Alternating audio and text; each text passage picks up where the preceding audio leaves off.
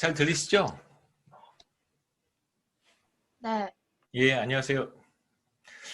예, 빅데이터 예, 강의를 전반부 중간 시험까지 맡게 된 지난 시간에 우리가 줌 수업을 못해서 그 강의 수강 신청에 어려움이 좀 있었다고 들어서요. 우리 녹화로 진행을 했고 오늘부터는 매주 이렇게 강의를 하도록 하겠습니다.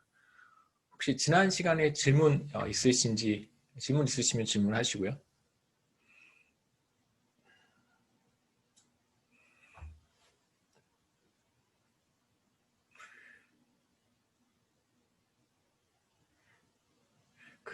이 과목의 명칭은 빅데이터 분석 기법과 기업 보안의 활용인데요. 저는 경제학과 소속이어서 저는 주로 이제 빅데이터 분석의 기법에 대한 이야기를 하고 기업 보안의 활용은 손종모 교수님께서 하시리라 생각합니다. 저는 기업 보안 쪽에 전공을 한 사람은 아니어서요. 그래서 이번 학기에 뭐 간단하게 말씀드렸지만 지난 시간에도 주로 R을 활용을 해서 여러 가지 데이터를 분석하는 방법에 대한 이야기를 좀 하고요. 중간 시험은 우리가 중간 시험 이전까지 살펴봤던 내용들 그래서 실제로 데이터셋을 제가 여러분들께 드리고 데이터셋을 분석을 해서 결과를 낼 수 있는 이제 코딩을 작업하는 방식으로 중간 시험을 진행하려고 하고요. 그 다음에 어떤 학생들은 제가 전반부에 강의하는 많은 내용들을 이미 다 알고 계신 학생들도 있을 거라고 생각합니다. R을 잘 활용하는 학생들, 저보다 더 잘 쓰는 사람들도 많이 봤어요. 어떤 학생들은 그럴 수도 있기 때문에 이 시간을 잘 활용하시면 되겠습니다. 들을 필요가 없다, 수강할 필요가 없다 이런 얘기를 하는 건 좀 또 아닌 것 같고 해서 질문 없으시면 지난 시간에 이어서 이제 함수에 대한 이야기를 시작을 한번 해보죠. 여러분 다 R 스튜디오랑 R 다 인스톨 하셨죠?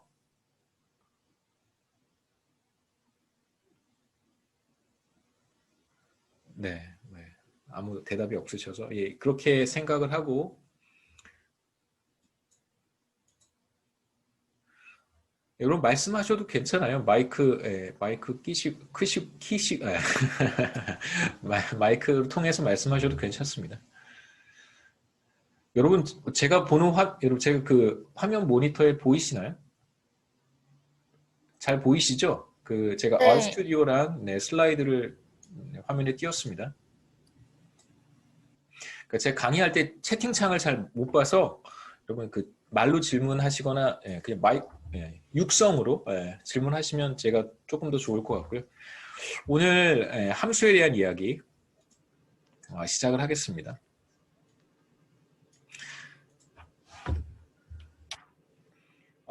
간단하게 이제 몇 가지 내장 함수들, R에는 내장되어 있는 함수들도 있고요. 그 다음에 내장되어 있지 않은 함수들도 있습니다. 그래서 패키지를 인스톨을 하셔서 패키지에 들어있는 함수들을 사용해야 되는 경우들도 있는데요. 그래서 우리가 앞서 지난 시간에 벡터를 만들어 봤고 C라고 하는 함수를 이제 사용해서 벡터를 만들어 봤는데요. 오늘은 몇 가지 내장되어 있는 함수를 먼저 살펴보고 그 다음에 이제 패키지라고 하는 것을 인스톨을 해서 패키지 안에 들어있는 함수들도 어떻게 사용할 수 있는지 한번 보도록 하겠습니다. 그래서 같이 한번 해보죠. 네.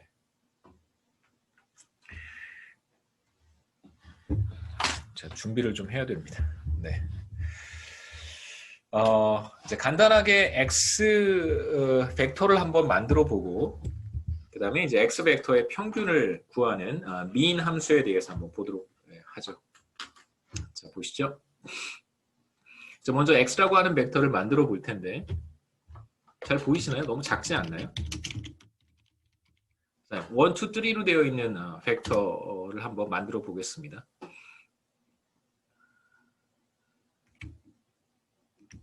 자, 이렇게 만들면 되겠죠? 예. 그래서 x를 여러분 타입해 보시면 1, 2, 3라고 하는 이제 하나의 벡터를 제가 만들었고요. 이런 벡터의 평균은 뭐 1, 2, 3의 평균은 그냥 가운데 있는 값이니까 그래서 민을 한번 구해보도록 하겠습니다. 민 x라고 하면 이제 벡터 x의 평균을 계산하라 이런 의미가 돼요. 그래서 평균 값은 이제 2가 되겠죠. 뭐 1, 2 계산하지 않으셔도 일정한 간격으로 이렇게 어떤 수열이 일정한 간격으로 이렇게 되어 있으면 그리고 또 홀수면 가운데 있는 게 평균입니다.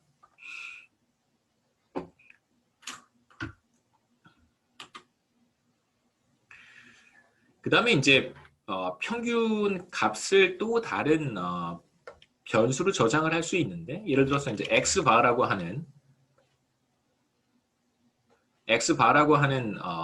값에 x의 평균을 저장할 수 있고요.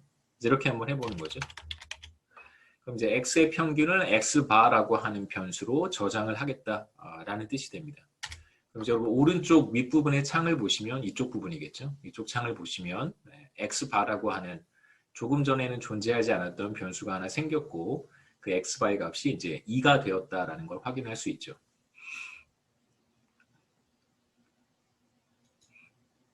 돌아가 보겠습니다. 그래서 우리가 간단하게 평균을 구하는 함수를 살펴봤고 이 함수는 이제 말씀드렸듯이 아래에 내장되어 있는 함수이기 때문에 언제나 그냥 필요할 때 불러서 쓸 수 있습니다.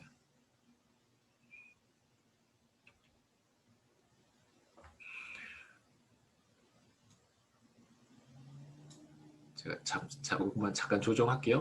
학생들 영상을 녹화하고 있는데 이름 같은 게 안 나오는 게 좋잖아요. 그렇죠? 예, 제가 조정을 좀 하겠습니다.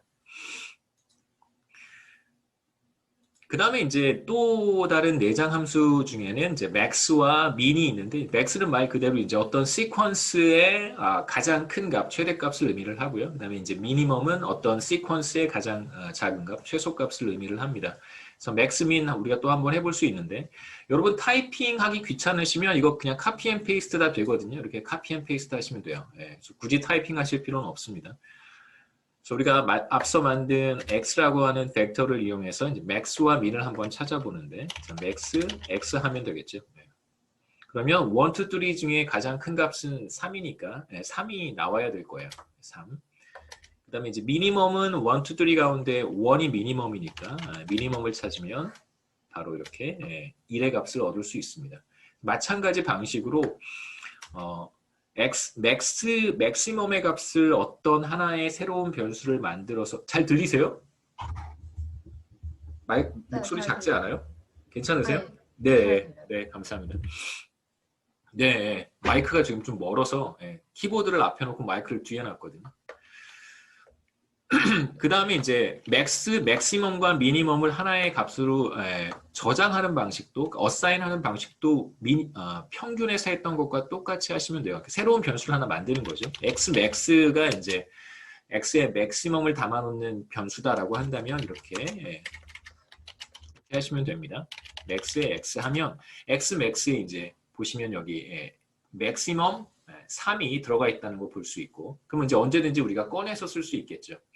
반복적인 계산을 뭐 피하고 싶다면 우리가 나중에 이제 루프 같은 것도 볼 거고요. 뭐 계속해서 이렇게 이터레이션을 시키는 거예요. 이런 코딩하는 것도 우리가 한번 볼 거고. 이제 반복적 계산을 해야 되는 경우에 굳이 뭐 계속 맥스를 구할 필요는 없을 수도 있으니까 그런 경우에는 이제 어느 하나의 변수에 그 값을 저장해 놨다가 어사인 했다가 그냥 필요할 때 불러오면 좋습니다. x민이라고 하는 변수를 하나 만들어 보죠. 여기에는 이제 미니멈을 어사인 하는 거예요. 이렇게 이제 어사인 할 수 있습니다. 화면을 조금 줄일까요? 좀 어떠세요? 작지 않으세요? 괜찮습니까? 괜찮아요. 예, 작지 않죠? 네. 그래서 맥스민에 대한 이야기를 우리가 했습니다. 그래서 안 괜찮은 학생들도 있을 거예요. 안 괜찮으면 안 괜찮다고 말씀하시면 제가 이렇게 중간에서 절충해서 한번 해결책을 찾아보겠습니다. 모든 학생을 만족시킬 수는 없지만 계속해서 조정해 가면 모든 학생들이 싫어하지 않는 솔루션을 찾을 수 있어요. 자, 이번에는 우리가 지난 시간에 캐릭터 벡터에 대한 이야기를 했었고, 이 캐릭터 벡터를 이제 병합하는, 일종의 머지하는 방식인데요. 이건 나중에 이제 우리가 텍스트 분석을 할 때 빈번하게 사용하는 방법 중에 하나이기도 합니다. paste라고 하는 함수를 우리가 사용할 텐데, 이 paste는 여러 가지 측면에서 좀 좋아요. 한번 보시죠. 먼저 이렇게 카피를 해서 C5라고 하는 벡터를 일일이 타입하면 귀찮아서 카피해서 쓰겠습니다. 이해해 주세요. 자, 이렇게 C5라고 하는 이제 벡터가 만들어졌어요. 자, 이제 우리가 paste라고 하는 함수를 어떻게 활용할 수 있는지를 이제 볼 텐데, 먼저 paste라고 하는 죄송합니다. paste라고 하는 함수를 그냥 한번 적용해 보는 거예요. 이렇게 C5라고 한번 쳐보죠. 그러면 어떠한 변화도 나타나지 않습니다. 결과가 똑같아요. C5는 어떻게 생겼냐면 이렇게 생겼죠. 그렇죠? 캐릭터가 모두 몇 개죠? 6개인 이제 벡터인데, 캐릭터 벡터인데, 보시면 오른쪽에, 그렇죠? 캐릭터 벡터고요. 그 다음에 1부터 6까지 이제 6개의 엘리먼트를 갖는다라고 생각하시면 됩니다. 여기에 그냥 paste라고 하는 함수를 적용해 보면 그 결과값은 아웃풋은 전혀 달라지지 않아요. 우리가 한번 해보고 싶은 건 이제 이 캐릭터들을 병합을 해보는 것입니다. 자, 어떻게 병합하냐면 이제 collapse라고 하는 옵션을 사용을 해보는 거예요. 이렇게 C5에 어떤 옵션을 사용하냐면 다운표를 하고요. 이렇게 스페이스를 하나 넣어보죠. 아무것도 쓰지 않고 이제 스페이스만 한번 넣어보는 거예요. 그럼 이제 뭐가 달라지는지 한번 보세요. 이렇게 하나의 캐릭터가 됩니다. 차이를 보실 수 있으시죠, 그렇죠? 하나의 캐릭터가 돼요. 그러니까 지금 우리가 하고 싶은 것은 뭐냐면 6개의 서로 다른 지금 캐릭터들이 있는데 이 캐릭터를 머지를 하는 거예요. 그러니까 서로 이제 붙여 보겠다는 것입니다. 그런데 붙일 때 어떻게 붙이는 거냐면 그 사이사이에 캐릭터 엘러먼트죠. 하나의 원소 사이에 스페이스 하나씩을 넣겠다는 거예요. 컬랩스라고 하는 옵션은 이 엘러먼트와 엘러먼트 사이에 스페이스 한 칸씩을 넣겠다라고 하는 이제 옵션입니다. 그러면 반대로 이번에는 뭘 해보냐면 여러분 키보드에 화살표 키 있잖아요. 위쪽 방향 화살표 키를 치시면 바로 이전에 입력했던 그 커맨드가 다시 떠요. 이렇게. 그래서 똑같은 작업을 일일이 하실 필요 없고 키보드 쭉 올라가면 아까 했던 작업들이 쭉 나옵니다. 이렇게. 그렇죠? 다시 내려가면 가장 최근 거는 아래쪽으로 내려가면서 찾을 수 있고 가장 오래된 것은 이제 위로 올라가면서 이렇게 찾을 수 있어요. 하나의 이제 방법이고, 그 다음에 굉장히 많은 작업을 했다면 그러면 어떻게 찾아야 될까? 찾기 힘들 수 있잖아요. 그럼 오른쪽 창으로 가시면 저 오른쪽 윗부분에 보이시죠? 오른쪽 윗부분에 environment가 있고 history, connections, tutorial들이 있는데 여기 history 쳐보시면 작업했던 모든 명령어들이 여기 쭉 다 떠요. 그래서 꽤 오래전에 작업했던 것을 지우지 않았다면, 물론 이걸 다 지울 수도 있습니다. 삭제하지 않았다면 이 중에 이제 찾아서 여러분 원하는 거 이렇게 클릭하셔서 더블 클릭하셔도 괜찮고요. 여기 위에 to console 클릭하셔도 괜찮습니다. 더블 클릭하시면 요거죠. 더블 클릭하면 왼쪽 창에 그대로 다시 나타납니다. 이것도 하나의 방법이고요. 그래서 조금 전에 커맨드 윈도우에 내가 컨솔이죠. 컨솔에 뭔가를 입력했다면 화살표 키로 찾으실 수 있고, 아까 전에 뭔가를 입력했다면 오른쪽에 히스토리로 가셔서 거기서 작업했던 커맨드 라인을 죄송합니다. 커맨드 라인을 찾아서 입력하는 방법도 있습니다. 자, 이번엔 뭘 해보냐면 이 다운표 안에 쿼테이션 마크 안에 스페이스를 없애보는 거예요. 그러면 우리가 어떤 결과를 예상해 볼 수 있냐면 6개의 서로 다른 캐릭터로 우리가 아까는 스페이스 간격을 넣어서 하나의 캐릭터로 만들었는데 이번에는 그 스페이스가 없어지겠죠. 보시죠. 이렇게 없어져요. Hello, my name 다 붙어서 캐릭터가 표현이 될 거예요. 그래서 이런 특징이 있습니다. 그래서 텍스트 분석을 할 때 paste라고 하는 함수를 사용하면 매우 유용하게 캐릭터 벡터를 이제 하나의 캐릭터로 변환하는 것이 가능하겠죠. 우리가 지금 슬라이드 15페이지에 대한 내용을 살펴봤습니다. 그 다음에 하나 더 해봐야죠. 마지막에 자 이렇게 우리 이 부분 다시 돌아가 보겠습니다. 이 부분이에요. 이제 캐릭터 문자 사이에 이제 스페이스 하나씩을 넣어서 새로운 문자를 만들려고 합니다. 그렇게 해서 만들어진 문자를 who라고 하는 변수에 어사인을 하겠습니다. 이렇게 하겠다는 거죠. 저는 다시 한번 타이핑을 하죠.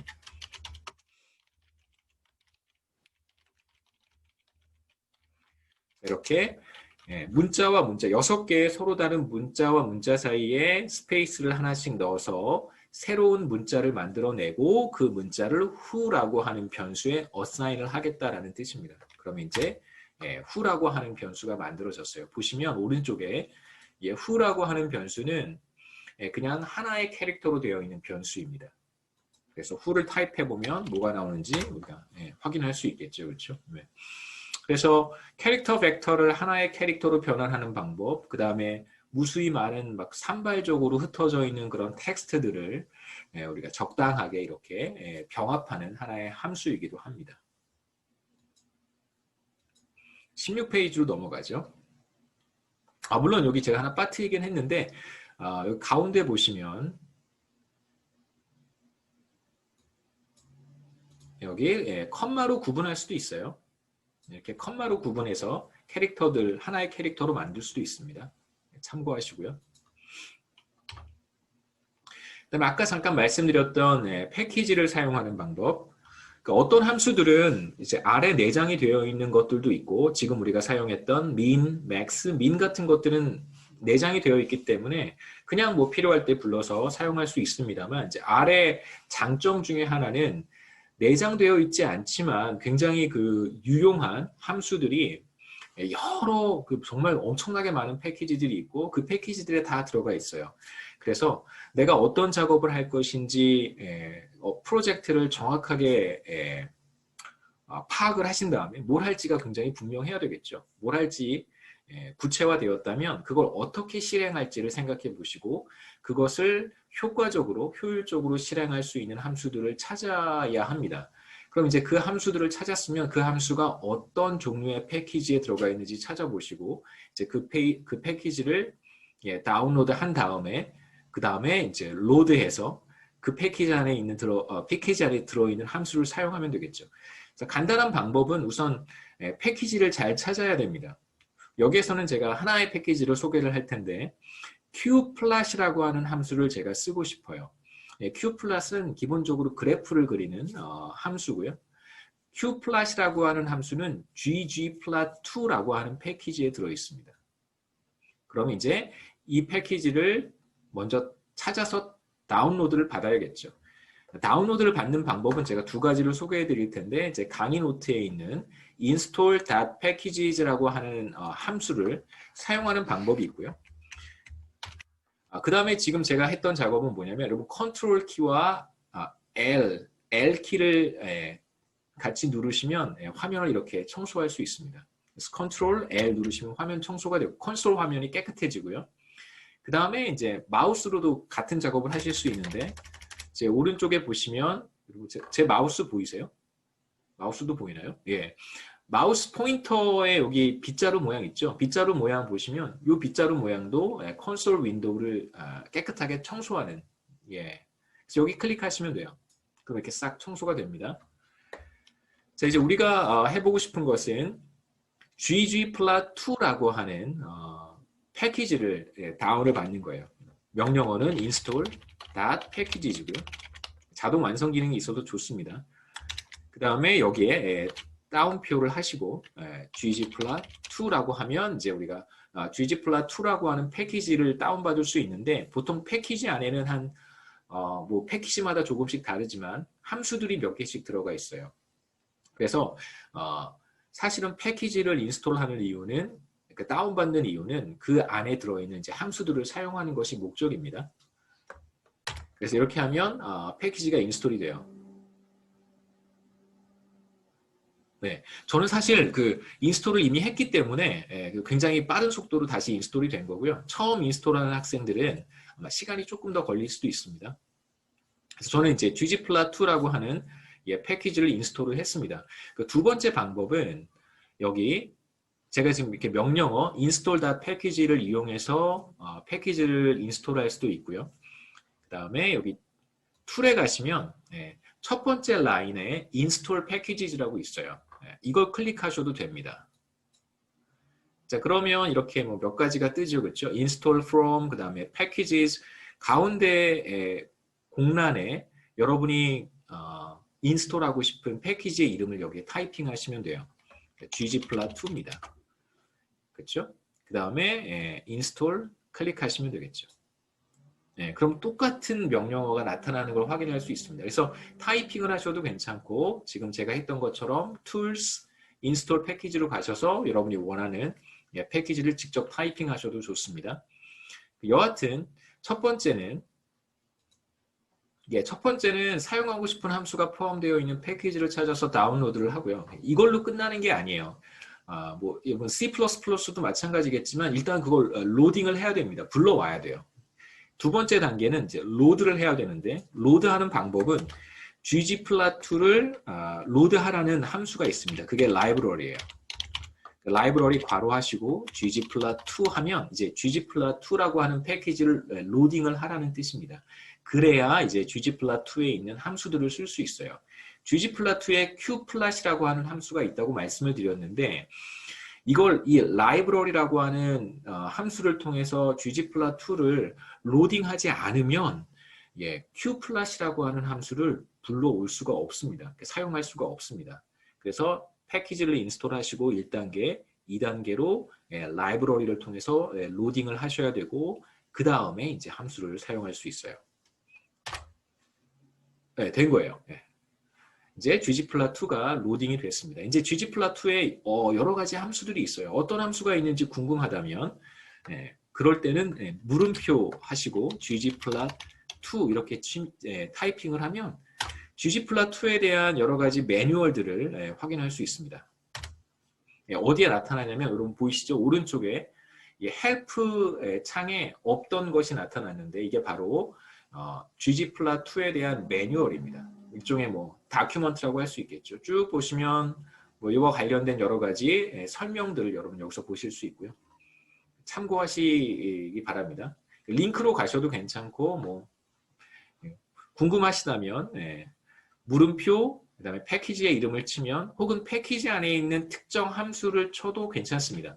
자, 우리가 사용하고 싶은 것은 ggplat2에 있는 qplat이라고 하는 함수였었어요. 그럼 qplat은 어떻게 생겼는가?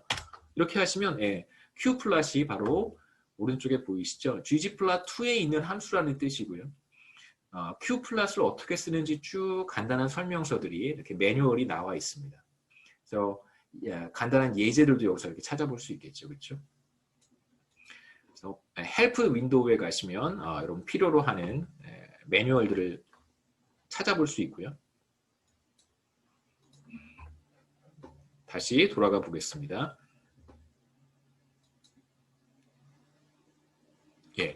이제 그러면 우리 3단계까지 왔죠. 그러면 이제 패키지 안에 있는 모든 함수를 우리가 사용할 수 있습니다. 1단계 우리 ggplat2 설치를 인스톨을 했고요. 이건 제가 작업했던 스튜디오를 그냥 캡처해서 보여드리는 것입니다. 참고하시고요. 비슷하게 다 진행이 되겠죠. 두 번째 방법, tools install 패키지로 가셔서 패키지를 인스톨할 수 있는 방법을 제가 올려놨고요. 참고하시면 됩니다. 그 다음에 2단계 패키지를 로드했고 그 다음에 이제 우리가 qplat을 어떻게 활용할 수 있는가를 볼 텐데요. 자, 여기에서 우리가 x라고 하는 캐릭터 벡터를 만든 다음에 그것을 qplat에 한번 넣어보죠.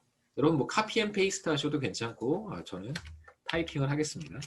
자, x라고 하는 변수를 만드는데 a, b, c 이렇게 4개의 캐릭터로 구성이 되어 있는 일종의 캐릭터 벡터라고 할 수 있습니다. 그래서 x를 만들었어요. 보시면 오른쪽 위에 x라고 하는 변수는 네 개의 원소 엘러먼트를 갖는 일종의 캐릭터 벡터라고 할 수 있겠죠. A가 두 번 나타나고 B가 한 번, C가 한 번 나타납니다. 제가 이렇게 말씀드리는 이유를 이제 그림을 통해서 확인하실 수 있을 거예요.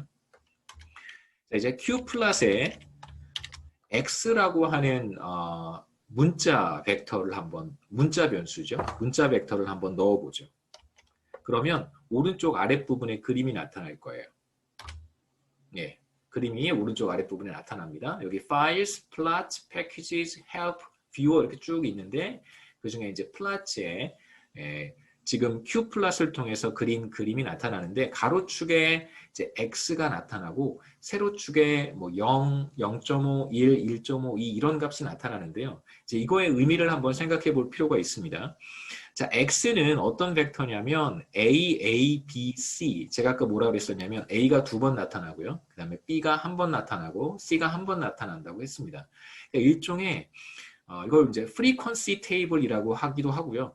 우리말로 도수 분포표라고 얘기할 수 있어요. 예를 들면 이런 겁니다. 이제 여러분 학생 여러분, 우리 빅데이터 수업을 듣는 학생들의 이름은 제가 뭐 잘 모르고 학번도 뭐 모르고 학생들의 이제 학점만 쭉 제가 모았어요. 뭐 A 플러스, A 마이너스는 없죠. B 플러스 쭉 이렇게 학점들을 모았어요.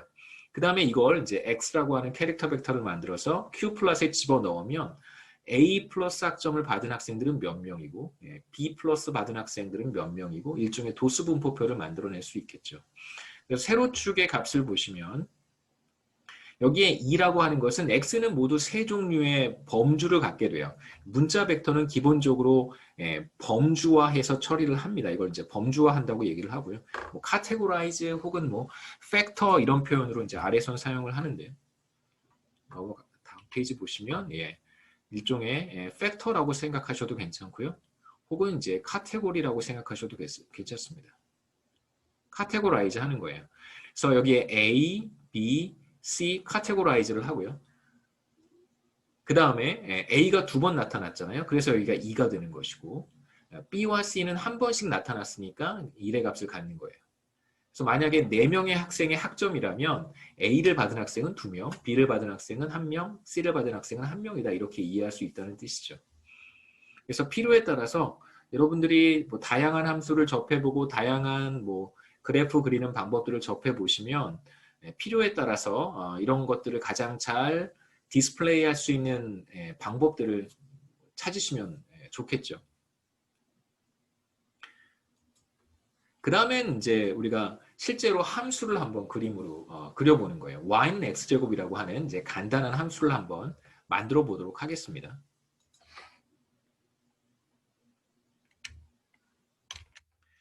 자, 먼저 x라고 하는 변수는 1부터 10까지의 값을 갖도록 만들어 보죠. 뭐 그러니까 레인지만 잘 정하면 괜찮아요. 1부터 100까지 하셔도 상관없고 뭐 1부터 1000까지 하셔도 상관없고 뭐 상관없습니다.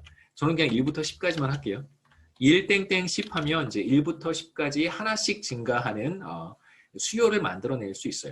그래서 x는 어떤 벡터가 되냐면 1부터 시작해서 10까지 하나씩 증가하는 시퀀스가 됩니다. 우리가 지난 시간에 시퀀스 만드는 거는 간단하게 봤었어요. 그래서 1땡땡10 하면 1부터 10까지 하나씩 증가하는 수열이 됩니다. 그 다음에 이제 좀 생각해 봐야 될 것은 y라고 하는 건 어떻게 만들어야 되냐면 x의 제곱이란 말이에요. 여러 가지 방법이, 여러 가지는 아니고 몇 가지 방법이 있습니다만 이제 y라고 하는 변수는 저는 이렇게 만들 거예요. x 곱하기 x 이렇게 만들겠습니다. x 곱하기 x를 하면 뭐 수학에 관심 있는 학생들은 보통 벡터 곱하기 벡터는 벡터의 내적이라고 불러요. 그러니까 인너 프로덕트라고 얘기를 하는데 그래서 일종의 그 내적을 계산하는 방식은 조금 다릅니다만 R에서는 벡터 곱하기 벡터는 그냥 벡터 첫 번째 원소 둘이 곱하고요. 두 번째 원소끼리 둘이 곱해요. 그러니까 내적이 아닙니다. 그러니까 벡터 곱하기 벡터는 내적이 아니라 엘러먼트 바이 엘러먼트 연산이라는 것만 생각해 주시면 좋겠어요. 그래서 x 곱하기 x는 그냥 x의 제곱이라는 뜻입니다. 그래서 y라고 하는 걸 우리가 구할 수 있는데 y 어떻게 생겼는지 보시면 첫 번째는 1 곱하기 1이니까 1이겠죠. 두 번째는 2 곱하기 2니까 4가 되어야 되고 3 곱하기 3이니까 9가 되어야 되고 이렇게. 그러니까 그러니까 x 곱하기 x는 내적이 아니라 그 이너 프로덕트가 아니라 그냥 엘러먼트 바이 엘러먼트 연산이 된다라는 거 기억하시면 좋고요.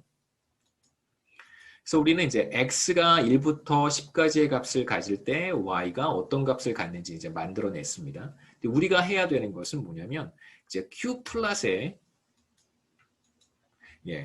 q 플러스로 이제 x와 y의 관계를 한번 표현해 보는 거예요. 한번 해보죠. q 플러스 x, y 이렇게 하면 됩니다.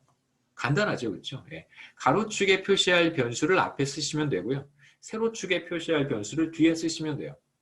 그래서 가로축의 x, 저는 이제 1부터 10까지의 값을 갖도록 설정을 했으니까 레인지를 그렇게 나타날 것이고, 그 다음에 이제 세로축의 값은 1부터 100까지 값을 갖는 거가 되겠죠. 지금 보시면 x도 10개의 값을 갖고 이제 y도 그것에 대응해서 10개의 값을 갖기 때문에 모두 10개의 조합이 있어요. 컨비네이션이 10개가 나타나는 것이죠. 그런데 사실 우리가 조금 더 그림을 나이스하게 그려보고 싶어요. 예를 들면 이제 곡선의 형태로 점들을 선으로 연결하고 싶어요. 지금 우리가 그린 그림은 일종의 점산도의 형태가 되는 것이죠. 스캐러 플랫을 우리가 그린 것이고, 스캐러 플랫이 아니라 직선을 그리고 싶다면 우리가 여기에 옵션을 하나 추가하면 됩니다. 옵션을 추가하는 방법을 간단하게 말씀드리면 여기에 지오메트리의 약자인 지옴 이렇게 쓰시면 되고요. 그 다음에 는하고 디폴트가 지금 여러분 보고 계시는 일종의 점산도 스캐러 플랫이 디폴트예요. 그래서 제가 지금 작업하는 것이 디폴트입니다. 포인트라고 하면 이게 디폴트예요. 그래서 이걸 엔터를 해보시면 결과가 똑같습니다. 그림이 달라지지 않았어요. 그러니까 기본적으로 q 플랫 xy라고 하는 명령어나 q 플랫 xy에 geometry point라고 하는 옵션을 넣는 것이나 똑같아요. 이게 바로 디폴트입니다. 자, 아까 말씀드렸듯이 점들을 이제 선으로 연결해서 그려보고 싶어요. 그런 그림이 더 때에 따라서는 예쁠 수도 있겠죠. 자, 그러면 이번에는 포인트가 아니라 라인이라고 쓰시면 됩니다. 라인. 그러면 보셨죠? 라인으로 바뀝니다. 이렇게 해서 여러분 원하는 옵션을 찾으시면 되겠죠. q 플랫에 어떤 옵션을 넣을 수 있는지는 아까 말씀드렸듯이 물음표 q 플랫을 한 다음에 오른쪽 아래창에 헬프로 가셔서 쭉 보시면 이제 어떻게 옵션을 핸들할 수 있을지를 찾아보실 수 있습니다. 비교적 굉장히 플렉서블해요. 굉장히 다양한 기능을 탑재하고 있는 그 함수이기 때문에 q 플랫은 많은 용도로 활용할 수 있습니다. 그러니까 히스토그램을 그릴 수도 있고요. 아까 제가 보여드렸던 것처럼 히스토그램도 되고 점산도 스캐러 플랫도 그릴 수 있고 그 다음에 이제 직선의 그래프 같은 것들도 충분히 그려낼 수 있습니다. 간단하게 이제 소개만 해드리고요. 이건 제가 이제 작업했던 거 정리해서 보여드리는 것이니까 비슷하게 나오면 아무 문제가 없는 거죠. 참고하시기 바랍니다. 매뉴얼 확인하는 방법은 이제 물음표에 q 플랫을 쓰시면 됩니다. 여기까지 두 번째 챕터인데요. 질문 있으시면 질문하시고요. 다음 챕터로 넘어가겠습니다. 여러분 너무 힘들지 않으세요? 우리 2시간 영광인데 너무 힘들지 않을까요? 그냥 저는 중간에 잠깐 쉬고 잠깐 여러분이야 저기 쉬셔도 상관없잖아요. 제가 쉬어야죠. 그러면 영상 끄고 어디 잠깐 갔다 와도 상관없으니까. 제가 잠깐 쉬고 그냥 2시간 스트레이트로 하는 게 어떨까요? 한 5분 정도 쉬고 괜찮을 것 같아요. 잠깐 저 물 한 잔 마시고 커피 한 잔 마시고 잠깐 쉬었다가 하도록 하겠습니다. 질문 없으시면 3장으로 가죠.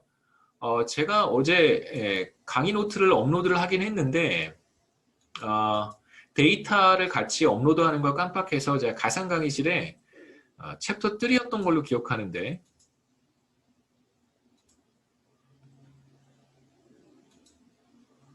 챕터 3에 여러분 보시면 첨부 파일을 2개 더 제가 올려놨습니다. 혹시 못 보신 학생들은 GDP 데이터인데요. 엑셀 파일과 CSV 파일, 그러니까 comma separated value라고 해서 이제 확장자가 CSV로 되어 있는 파일 2가지 다른 종류의 파일을 사실은 같은 컨텐츠를 가지고 있는데 이 서로 다른 확장자를 갖는 두 파일을 어떻게 이제 R에서 불러올 수 있는지 제가 보여드리기 위해서 두 개 파일을 업로드를 했고요. 혹시 다운받지 못한 학생들은 가상강의실에 있으니까 다운받으셨으면 좋겠습니다. 세 번째 챕터는 이제 그 R에서 가장 빈번하게 많이 사용하는 그 함수 혹은 뭐 가장 기본적인 테크닉이고요. 데이터 프레임에 대한 이야기를 하도록 하겠습니다. 여러분들이 이제 어떤 데이터를 보게 될지는 잘 모르겠지만 적어도 그 저와 같이 경제학의 영역이라든가 혹은 뭐 마케팅 그 다음에 뭐 이와 유사한 분야에 종사하는 사람들은 이제 기본적으로 이런 형태의 데이터를 가장 많이 관찰을 해요. 보시면 첫 번째 사람, 두 번째 사람, 세 번째 사람 각각 사람별로 이 사람의 성별은 무엇이고 나이는 몇 살이고 소득은 얼마나 되고 뭐 일은 몇 시간 했고 이런 등등의 정보들을 이제 우리가 취합을 해서 이런 엑셀 비슷한 스프레드시트 형태로 데이터를 정리를 하는 것이 이제 일반적입니다. 이런 형태의 데이터를 여러분 보실 수 있는데 자, 이쪽에 나타나는 것들이 이제 엔티티라고 할 수 있겠죠. 엔티티는 지금 여러분 보시면 person 1, person 2 사람이 될 수도 있고요. 그 다음에 여기에 뭐 firm 1, firm 2가 올 수도 있어요. 뭐 그럼 기업이 되는 것이죠. 그 다음에 이제 지금 제가 간단하게 말씀드렸던 GDP 데이터라고 하는 것은 각 국가별로 GDP를 제가 모아놨는데 OECD 국가들입니다. country 1, country 2, country 3가 올 수도 있어요. 그래서 entity는 그게 뭐 사람일 수도 있고 기업일 수도 있고 국가일 수도 있습니다. 그 다음에 이제 각각의 사람, 기업, 뭐 국가에 대해서 그 특성들을 이제 우리가 관심을 갖고 보는 것이죠. 소득 뭐일 수도 있고 소비일 수도 있고 기업이라면 엔티티가 기업이라면 판매 수입, 뭐 이윤 뭐 이런 것들일 수도 있고요. 혹은 뭐 요즘 뭐 주식 광풍이 불고 있으니까 뭐죠? 뭐 PER은 무엇이고 뭐 여러 가지 주식과 관련된 정보들을 모아놓을 수도 있고요. 그 다음에 국가라고 한다면 country 1의 GDP는 얼마가 되고 인구는 뭐 몇 명이고 이런 정보들이 들어있을 거예요. 그래서 우리가 이 하나를 observation이라고 불러요. 이렇게 하나를 그렇죠? 그러니까 한 사람을 관찰한다면 그 사람에 대한 성별, 나이, 소득, 노동시간을 한꺼번에 다 관찰하는 거니까 이거 하나를 우리가 observation이라고 합니다. 그래서 observation, 관측치라고 하는 것은 이 쭉 하나를 가리키는 거예요. 뭐 기업에 해당이 되기도 하고 국가에 해당이 되기도 합니다. 그래서 지금 우리가 만약에 person 3까지만 봤다면 우리는 관측치 3인 데이터를 가지고 있는 거예요. 그래서 observation이 3인 데이터를 가지고 있다 이렇게 표현을 합니다. 그래서 이러한 형태의 어떤 표 혹은 스프레드시트 형태의 데이터를 우리가 R에서도 그대로 구현해낼 수 있어요. 여러 가지 정보들이 있으면 그 정보들을 지금 여러분 보시는 하나의 테이블로 정리해서 우리가 확인할 수 있습니다. 여기에 목적은 데이터 프레임이라고 하는 함수를 이용을 해서 지금 우리가 보고 있는 간단한 형태의 테이블을 만들어내는 것인데요. 좀 뭐 한번 해보죠. 이건 뭐 4명, person 1, 2, 3, 4의 뭐 경제학 시험 점수, 중간 시험 점수, 그 다음에 경영학 원론, 중간 시험 점수, 뭐 죄송합니다. 뭐 정보보호학과 학생들 소외감 갖지 마시고요. 뭐 그냥 아무 의미 없이 받아들이시면 돼요. 정보보호학 뭐 이렇게 넣으면 될지 모르겠. C++ 이런 거 넣으면 좋았을 텐데 그렇게 생각하시면 소외감 갖지 않으셨으면 좋겠습니다. 제 관심사가 그렇다 보니까 그렇게 된 것이지 뭐 전혀 그런 건 없으니까요. 한번 돌아가 보죠. 자, 이제 우리가 해보고 싶은 것은 경제학 시험 점수, 그 다음에 경영학 시험 점수를 지금 4사람에 대해서 테이블로 만드는 거예요. 하나 빠뜨렸는데 다시 한번 보시죠. 우리가 이제 작업을 할 때 어떤 방식으로 작업을 하냐면 뭐 여러 가지 방법이 있을 수는 있어요. 그런데 이제 가장 간편한 방법 중심으로 제가 소개를 해드리는 것입니다. 이렇게 데이터를 만드는 것이 좋아요. 이렇게.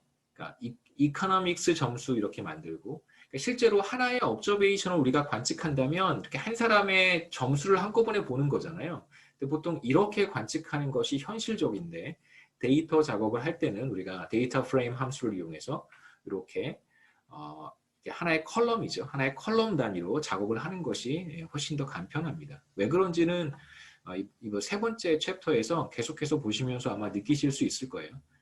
비즈니스도 마찬가지고요. 이렇게 아래 방향으로 우리가 작업을 하는 것이 더 유용합니다. 9867이죠. 90, 80, 67, 9867. 이 칸이라고 하는 변수를 만들어 보는 거예요. 그러면 첫 번째 사람은 90점, 두 번째 사람은 80점, 세 번째 사람은 60점, 네 번째 사람은 70점이었어요. 그래서 이 칸이라고 하는 변수를 만들었습니다.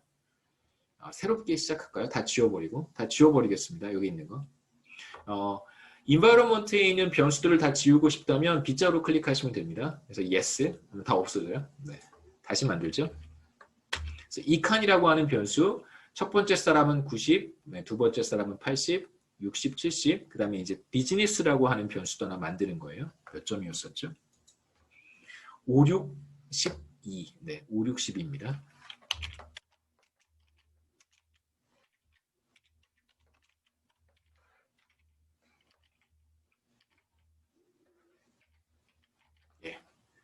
그래서 비즈니스 점수도 우리가 만들어냈어요. 첫 번째 사람부터 네 번째 사람까지 점수를 다 입력을 했습니다. 이제 우리가 하고 싶은 것은 데이터 프레임이라고 하는 함수를 이용해서 이 미드텀 점수라고 하는 테이블 형태의 아주 나이스하게 보이는, 나이스 루킹한 일종의 테이블을 만들어내는 것이죠. 자, 데이터 프레임을 사용하시면 됩니다. 데이터, dot frame이고요. 여기에 뭘 넣냐면 이코노믹스 이렇게 넣고 이렇게 비즈니스 이렇게 넣으시면 돼요. 간단합니다. 비칸 하고 비즈 이렇게 넣으시면 돼요. 네, 그럼 됐어요. 그러면 우리가 지금 아까 강의 슬라이드에서 제가 보여드렸던 하나의 테이블 비슷하게 만들어낸 거죠. 그렇죠? 네, 이렇게 만들어냈습니다. 첫 번째 줄이 90, 50이 첫 번째 사람, 두 번째 줄이 두 번째 사람 이렇게 생각해 보시면 됩니다. 자, 이제 이렇게 그냥 데이터 프레임이라고 하는 함수만 쓰면 그냥 테이블만 보여주는 것이고요. 이제 우리는 이걸 midterm이라고 하는 변수에 어사인을 하고 싶어요. 그러면 똑같은 작업을 하시면 됩니다. 다만 여기에 midterm이라고 쓰시면 되겠죠. 그러니까 이 칸이라고 하는 변수와 biz라고 하는 변수로 구성이 되어 있는 하나의 데이터 프레임을 만들어서 그 데이터 프레임을 midterm이라고 하는 이름으로 저장을 하겠다. 혹은 midterm이라고 하는 이름을 갖는 변수에 어사인을 하겠다. 이런 뜻입니다. 그럼 이제 midterm이라고 하는 변수가 만들어졌어요. 보시면 이쪽 오른쪽에서 midterm을 한번 보시죠. 이거 아직 보여드리면 안 되는 건데 네. 조금 이따 보여드릴게요. 이거 클릭하면 사실 표가 이렇게 보이거든요. 조금 이따가 보시면 midterm은 4개의 OBS를 갖는다. 4개의 observation을 갖는다. 관측치를 갖는다라는 뜻이고요. 그 다음에 2개의 variables, 2개의 변수를 갖는다. 4개의 관측치와 2개의 변수 이런 뜻입니다. 2개의 변수가 뭐겠어요? 이코노믹스 점수와 비즈니스 점수겠죠. 그렇게 해서 우리가 하나의 데이터 프레임을 만들었습니다. 그래서 뭐 조금 있다가 우리가 할 텐데 여기 한번 클릭해 보시면 midterm 클릭하셔도 괜찮고 여기 아무거나 클릭하셔도 돼요. 오른쪽에 있는 테이블 모양 요거 클릭하셔도 괜찮고요. 클릭하면 어떤 변화가 나타나냐면 아까 콘솔 창의 윗부분에 사실은 이건 이제 텍스트 에디터 창이기도 해요. 우리가 그 스크립트 파일을 에디터 할 때 쓰는 에디터 창이기도 한데 여기에 이제 데이터가 어떻게 생겼는지 간단한 표로 우리가 확인할 수 있습니다. 보시면 우리가 강의 노트에서 만들었던 바로 그 테이블하고 똑같이 생겼죠. 그 테이블을 우리가 똑같이 만들어낸 거예요. 그래서 제가 작업했던 거 한번 보시면 이칸 점수, 비즈니스 점수 만들고 midterm, 데이터 프레임 이용해서 midterm이라고 하는 변수를 만들어냈습니다. 데이터 프레임은 2개의 numeric 벡터인 이칸과 biz를 결합해서요. 이제 하나의 새로운 데이터 프레임을 만들어내라라고 하는 함수입니다. 그래서 데이터 프레임의 이름은 이제 midterm이 됐고 midterm을 타입해 보면 우리가 어떻게 생겼는지 확인을 할 수 있겠죠. 자, 한번 볼까요? midterm 한번 타입해 보겠습니다.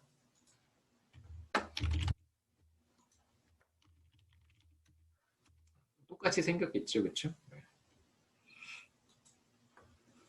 다시 돌아가 보겠습니다. 우리가 작업했던 거. 자, 이제 데이터 프레임 미드텀에 있는 변수들은 두 개가 있고요. 그 two variables, 두 개의 변수가 있고, 이제 하나는 ecan, 하나는 biz입니다. 그래서 데이터 프레임 안에 있는 변수를 우리가 보고 싶다면, 이제 데이터 프레임의 이름을 쓰고, 그 다음에 달러 표시를 하고, 그 데이터 프레임에 들어있는 변수의 이름을 입력하시면, 그러면 우리가 해당되는 값들을 확인해 볼 수 있는데, 여기에서 이제 조심하셔야 되는 것은 실제로 우리는 지금 biz라고 하는 이름의 변수도 존재하고요. 여기 보시면 그 다음에 ecan이라고 하는 이름의 변수도 사실 존재합니다.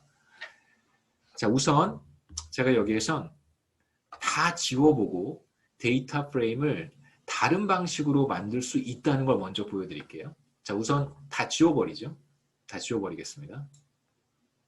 예, 다 지웠어요. 아무것도 없습니다. 미드텀 이렇게 쳐보셔야 아무것도 없어요. 네, 다 지워버렸어요. ecan도 없습니다. biz도 없어요. 아무것도 없어요. 자, 이제 데이터 프레임 미드텀이라는 걸 이제 어떻게 만들려고 하냐면, 우리가 지금 제가 윗부분을 지우지 않았는데, 윗부분 보시면 ecan이라고 하는 하나의 뉴메릭 벡터를 만들었고, biz라고 하는 또 다른 뉴메릭 벡터를 만들어서 그걸 데이터 프레임이라고 하는 함수에 집어넣었어요. 그래서 데이터 프레임을 만들었습니다. 이번에는 어떻게 하냐면 그냥 바로 다 입력해 버리는 거예요. 이렇게 한번 해보겠습니다. 미드텀, 그 다음에 데이터 프레임, 그리고 여기에서 ecan이라고 하는 이름을 만드시고요. 첫 번째 벡터의 이름은, 첫 번째 변수의 이름은, 다시 말씀드리겠습니다. 미드텀이라고 하는 데이터 프레임의 첫 번째 변수의 이름은 ecan이다 라고 이제 제가 만들어 주는 거예요. 그러면 이제 이 ecan은 어떻게 생긴 거냐면요. 자, 이렇게 90, 80, 60, 70이에요. 90, 80, 60, 70 이런 값을 갖고, 컴마 두 번째 변수의 이름을 제가 biz라고 하겠다라는 거예요. 두 번째 변수의 이름을 제가 만들었습니다. 그 이름은 biz고요. 그 다음에 각각의 값은 50, 60, 100, 20 이렇게 쓰면 돼요. 자, 그러면 제가 데이터 프레임을 그냥 원샷에 만들어 버리는 거예요. 그럼 보시죠. 오른쪽에 ecan이라고 하는 변수를 제가 만들지 않았어요. ecan이라고 하는 것은 데이터 프레임 안에 첫 번째 변수의 이름을 ecan이라고 하겠다라고 한 거예요. 그러니까 ecan이라고 하는 새로운 뉴메릭 벡터를 만들진 않았습니다. 마찬가지로 biz라고 하는 변수 제가 만들지 않았어요. 그러니까 미드텀이라고 하는 데이터 프레임의 두 번째 변수 이름을 biz라고 하겠다라고 한 것입니다. 그래서 ecan이라고 하는 변수도 생기지 않았고 biz라고 하는 변수도 생기지 않았어요. 보시면 이제 이렇게 한번 해보는 거죠. ecan이라고 쳐봐야 아무것도 나오지 않고 biz라고 쳐봐야 아무것도 나오지 않습니다. 자, 그러면 ecan과 biz를 어떻게 불러낼 수 있을까? 여기서 한번 미드텀 쳐볼게요. 미드텀 치면 이제 첫 번째 변수의 이름이 ecan이고 두 번째 변수의 이름이 biz가 돼요. 이건 제가 이렇게 만들어낸 거니까요. 첫 번째 이름을 ecan이라고 하고 두 번째 이름을 biz라고 한 것입니다. 자, 그러면 데이터 프레임 전체를 보고 싶을 때는 미드텀이라고 입력을 하면 되지만 만약에 첫 번째 변수인 ecan만 보고 싶다면 어떻게 해야 될까? 바로 그때 데이터 프레임과 달러 표시를 하고요. 그럼 자동 완성 기능이 있으니까 이 데이터 프레임에는 ecan이라고 하는 변수도 있고 biz라고 하는 변수도 있는 거잖아요. ecan이라고 타이핑하면 미드텀에 있는 ecan이라는 변수가 어떤 값을 갖는지 이렇게 쫙 보여줘요. 이런 기능이 있고 그 다음에 두 번째 미드텀이라고 하는 데이터 프레임에 biz라고 하는 변수가 어떤 값들을 갖는지 보고 싶다면 여기에 biz라고 타이핑을 하면 우리가 확인할 수 있습니다. 여기서 제가 설명드리고 싶은 것은 바로 이제 그러한 내용이고요. 자, 이어서 앞서 봤던 평균을 구하는 함수, 그 다음에 미니멈, 맥시멈 구하는 함수를 우리가 여기에도 그대로 적용을 할 수 있습니다. 자, 첫 번째 변수, 그러니까 이코노믹스의 평균 점수는 어떻게 될까? 뭐 이렇게 하시면 되죠, 그렇죠? mean이라고 입력을 하고요. mean 함수를 쓸 거예요. 거기에 economics의 평균 점수를 계산하고 싶으니까 midterm 예, 달러 표시하고 이칸이라고 하면 이카노믹스의 평균 점수를 계산할 수 있습니다. 75점이 평균 점수고요. 똑같은 방식으로 다 지워버리죠. 똑같은 방식으로 이제 비즈니스의 평균 점수를 구하고 싶다라고 하면 미드텀 그다음에 달러 표시하고 비즈 하면 비즈니스의 평균 점수를 구할 수 있습니다. 이렇게 되겠죠. 그 다음에 이거 뭐 한번 궁금한 학생들은 해보시면 돼요. 미인하고 그냥 데이터 프레임만 치면 어떻게 될까? 어떻게 될 것 같으세요? 두 개의 평균이 다 나오겠죠. 아닌가요? 죄송합니다. 예, 네. 제가 착각했습니다. 변수만 넣어야 됩니다. 자, 이젠 소스 코드를 이용해서 직접 코딩을 하는 방법을 말씀을 드릴 텐데요. 그러니까 커맨드 윈도우 혹은 콘솔 윈도우에 라인 바이 라인으로 입력을 하는 게 사실은 쉽지 않은 작업이에요. 그러니까 한꺼번에 스크립트 파일에 다 집어넣고 한꺼번에 실행을 하는 것이 좋은 방법이죠. 그래서 이번에는 스크립트 파일을 열어서 스크립트 파일에 뭐 여기서 소스 창이라고 제가 말씀을 드렸는데 스크립트 파일 여기서 소스입니다. 소스 창을 열어서 스크립트 파일에 이 모든 것들을 한꺼번에 다 입력을 하고 한꺼번에 실행을 하는 방법도 있어요. 그렇게 한번 해보죠. 자, 어떻게 하시면 되냐면 소스 윈도우로 가셔서요. 여기에 클릭하시면 자연스럽게 이 윈도우가 열립니다. 그 다음에 새로운 스크립트 파일을 만드는 방법은 제가 지난 시간에 간단하게 말씀을 드렸는데 혹시 여러분이 제가 했던 방식의 그 디렉토리 설정을 그대로 가지고 계신다면 지금 워킹 디렉토리가 여러분 어디인지는 저도 잘 모르겠습니다만 저는 뭐 지난 시간에 말씀드렸던 d-myr 그 다음에 ch00가 제 워킹 디렉토리고요. 여기에 뭐 여러 개의 소스 코드들을 만들어 놨습니다. R 파일들이 있어요. 그냥 아무거나 하나 제가 클릭을 해서 들어가 보겠습니다. 이건 제가 그냥 어제 저녁에 만들어 놓은 건데요. 뭐 큰 의미는 없어요. 똑같은 작업 커맨드 콘솔 윈도우에 제가 했던 똑같은 작업을 그대로 여기 스크립트 파일에 카피 앤 페이스트 방식으로 이제 갖다 붙이면 되는 거죠. 갖다 붙이고요. 그 다음에 미드텀이라고 입력을 했습니다. 그럼 이걸 동시에 실행을 하면 미드텀이라고 하는 데이터 프레임 변수가 하나 만들어질 것이고 두 번째 라인 미드텀이라고 하는 변수가 어떻게 생겼는지를 보여줄 거예요. 그래서 어떻게 실행이 되고 결과가 어떻게 나오는지를 확인하기 위해서 이쪽에 변수들을 지워버리죠. 그래서 아무것도 없습니다. 자, 이제 여러분 소스 창으로 가셔서 스크립트 파일이에요. 가셔서 런을 실행을 한번 해보시죠. 여기도 지워버릴까요? 다 지워버리겠습니다. 어떤 결과가 나오는지 한번 보세요. run 하면 첫 번째 라인이 실행이 된 거예요. 제 마우스 커서가 여기 있었습니다. 다시 한번 보시죠. 다 지워버리겠습니다. 깨끗하게 다 지웠고요. 지금 마우스가 어디서 깜빡거리고 있냐면 첫 번째 라인에서 깜빡거리고 있어요. 여기서 이제 run을 클릭하시면 혹은 뭐 컨트롤 엔터 하셔도 괜찮고요. run을 클릭하시면 첫 번째 라인이 실행이 됐다는 뜻이에요. 그래서 미드텀이라고 하는 변수가 만들어졌습니다. 그 다음에 이제 커서는 어디에 위치하고 있냐면 이제 두 번째 라인 맨 앞에 깜빡깜빡거리고 있어요. 마찬가지로 여기에서 다시 run을 클릭하시면 두 번째 라인이 실행이 된다는 뜻입니다. 그러면 이렇게 여러분 콘솔 윈도우에 미드텀에 어떤 값들이 있는지 우리가 확인할 수 있고요. 그럼 일일이 라인 바이 라인으로 다 클릭을 해야 됩니까? 라고 이제 물어볼 수 있잖아요. 당연히 그렇게 하진 않죠. 그러면 이제 이 전체를 실행하고 싶은 부분을 이렇게 하이라이트를 하고요. 그냥 run 하면 됩니다. 결과를 비교해 봐야 되니까 다 지워버리죠. 다 지워버리겠습니다.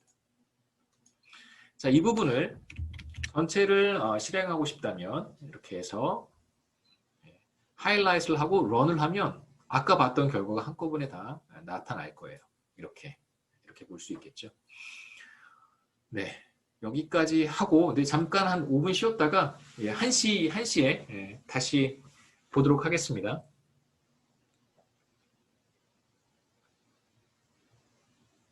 1시에 다시 오겠습니다. 5분만 쉴게요.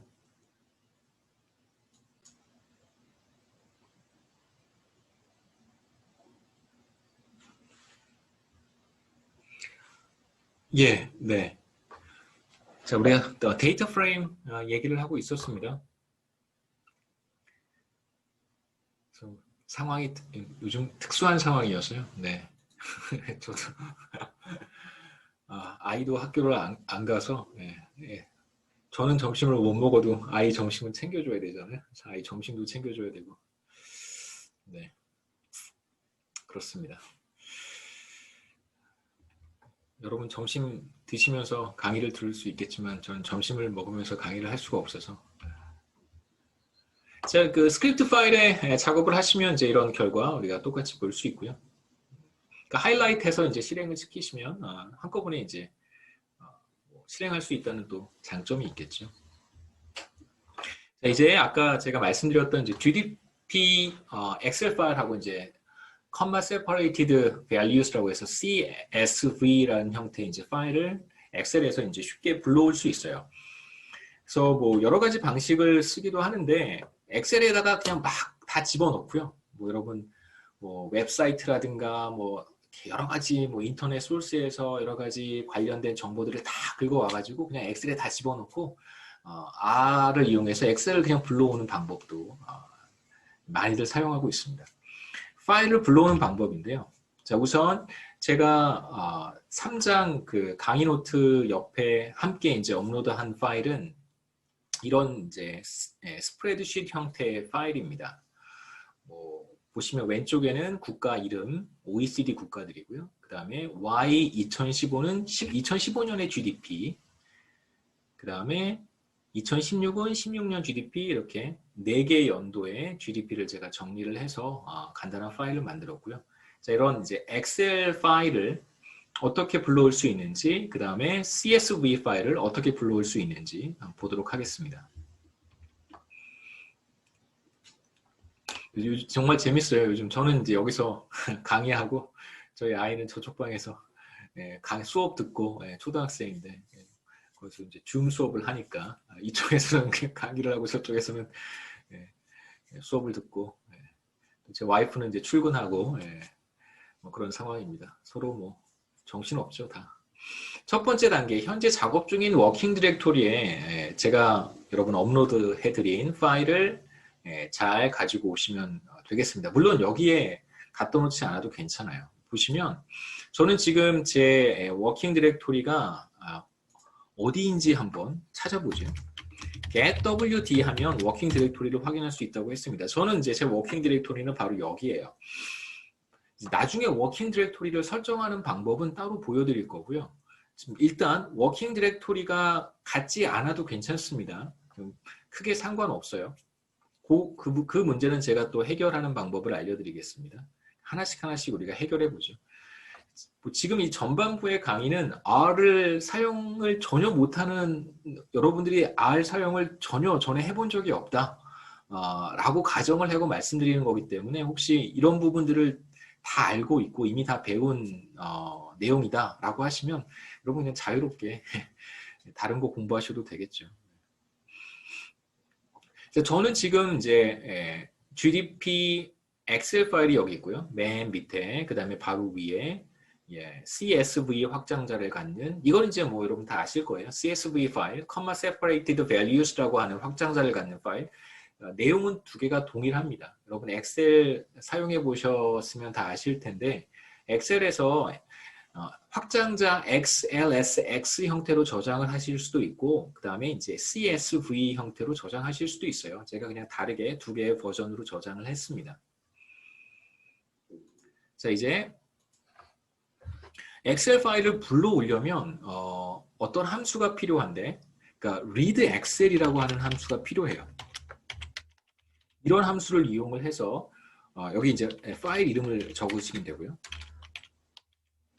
파일 name xlsx 이렇게 쓰시면 돼요. 그럼 이제 우리가 엑셀 파일을 불러올 수 있는데 read excel이라고 하는 함수는 R에 내장되어 있지 않은 함수예요. 그래서 read excel이라고 하는 함수 혹은 굳이 이 함수가 아니어도 엑셀 파일을 읽어오라는 import라고 하는 함수가 있는 어떤 패키지를 반드시 다운로드를 하셔야 됩니다. 그래서 지금 제가 사용하려고 하는 함수는 read excel이고요. 이 read excel은 read xl이라고 하는 패키지에 들어있는 함수입니다. 그래서 저는 먼저 readxl이라고 하는 패키지를 다운로드 받도록 하겠습니다. 강의 노트로 돌아가 보죠. 보세요. 순서를 막 건너뛰거나 빠뜨리거나 그러면 안 되니까. 자, 이제 현재 작업 중인 워킹 디렉토리에 해당 파일을 위치시켜 놓으셔도 괜찮고 뭐 그렇지 않아도 괜찮습니다. 그런데 다만 gdp라고 하는 파일이 어디에 있는지는 여러분 알고 계셔야 돼요. 그래야 불러올 수 있겠죠. 두 번째는 이제 엑셀 파일을 불러오기 위해서 readxl이라는 함수를 사용해야 되는데 이 함수는 readxl이라고 하는 패키지에 들어 있습니다. 이 패키지를 설치해 보도록 하겠습니다. install packages 그 다음에 readxl 하시면 돼요. 그러면 이제 readxl이라고 하는 패키지를 다운받으실 수 있습니다.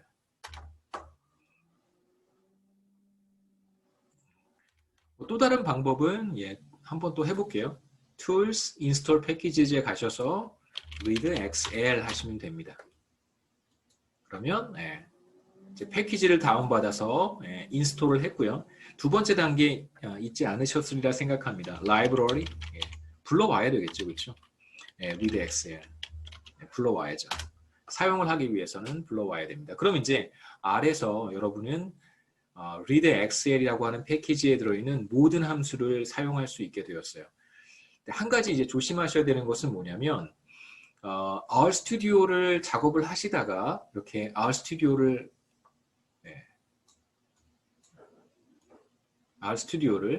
이렇게 꺼버려요. 한번 꺼보겠습니다. 제가 직접 해볼게요. 이렇게 저장하지 않고 이렇게 꺼버렸어요. 그럼 이제 다시 RStudio를 실행을 하셔야 되잖아요. 다시 한번 실행해 보겠습니다. RStudio를 실행하게 되면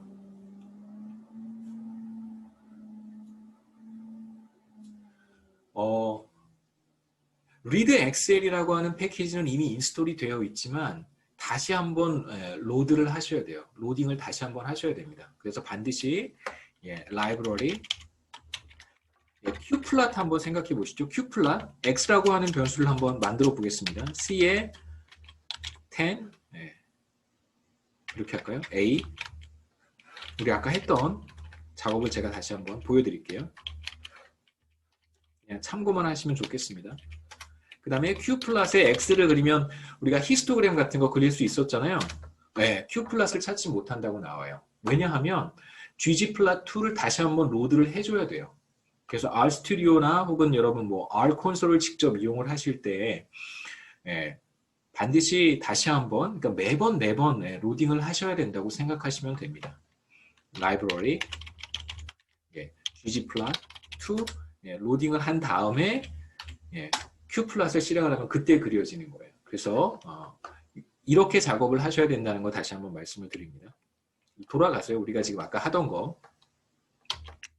우리가 아까 하던 건 뭐냐면 이제 엑셀 파일을 불러오는 거예요.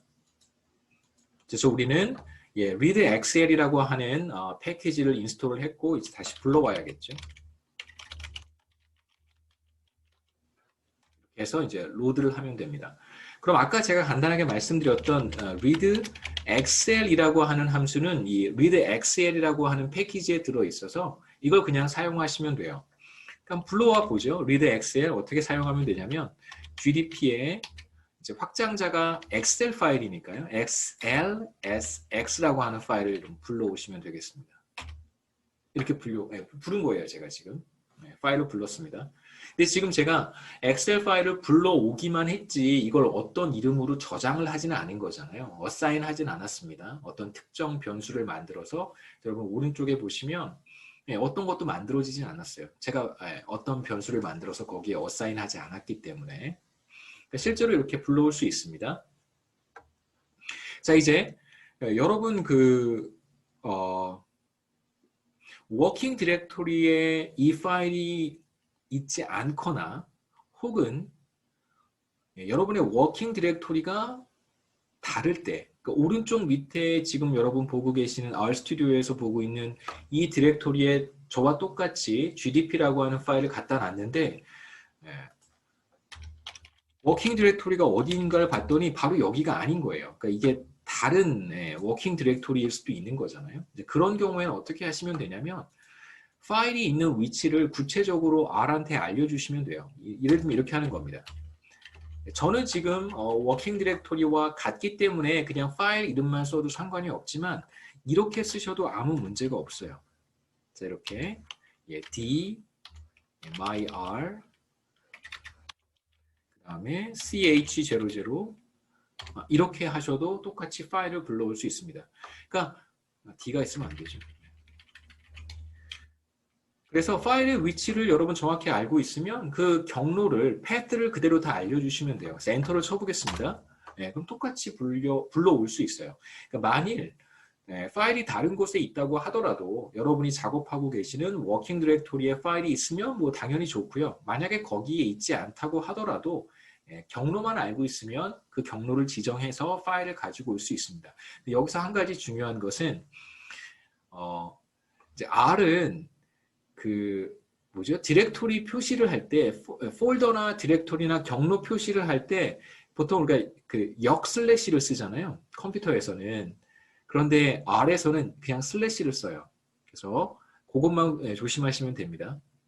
보시면 이제 슬래시로 표현을 하셔야 돼요. 경로를 지정하실 때는 그러니까 D 땡땡하고 보통 우리가 역 슬래시를 쓴다는 거 여러분 아실 텐데 우선 슬래시를 씁니다.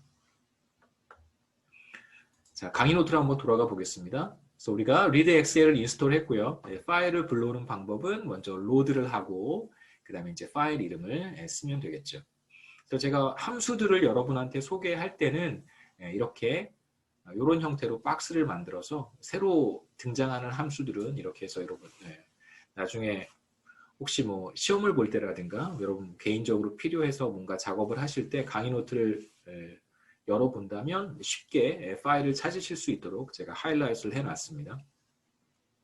자, 이제 우리가 해야 되는 것은 GDP라고 하는 엑셀 파일 불러왔습니다. 이제 이걸 하나의 변수로 저장을 하고 싶어요.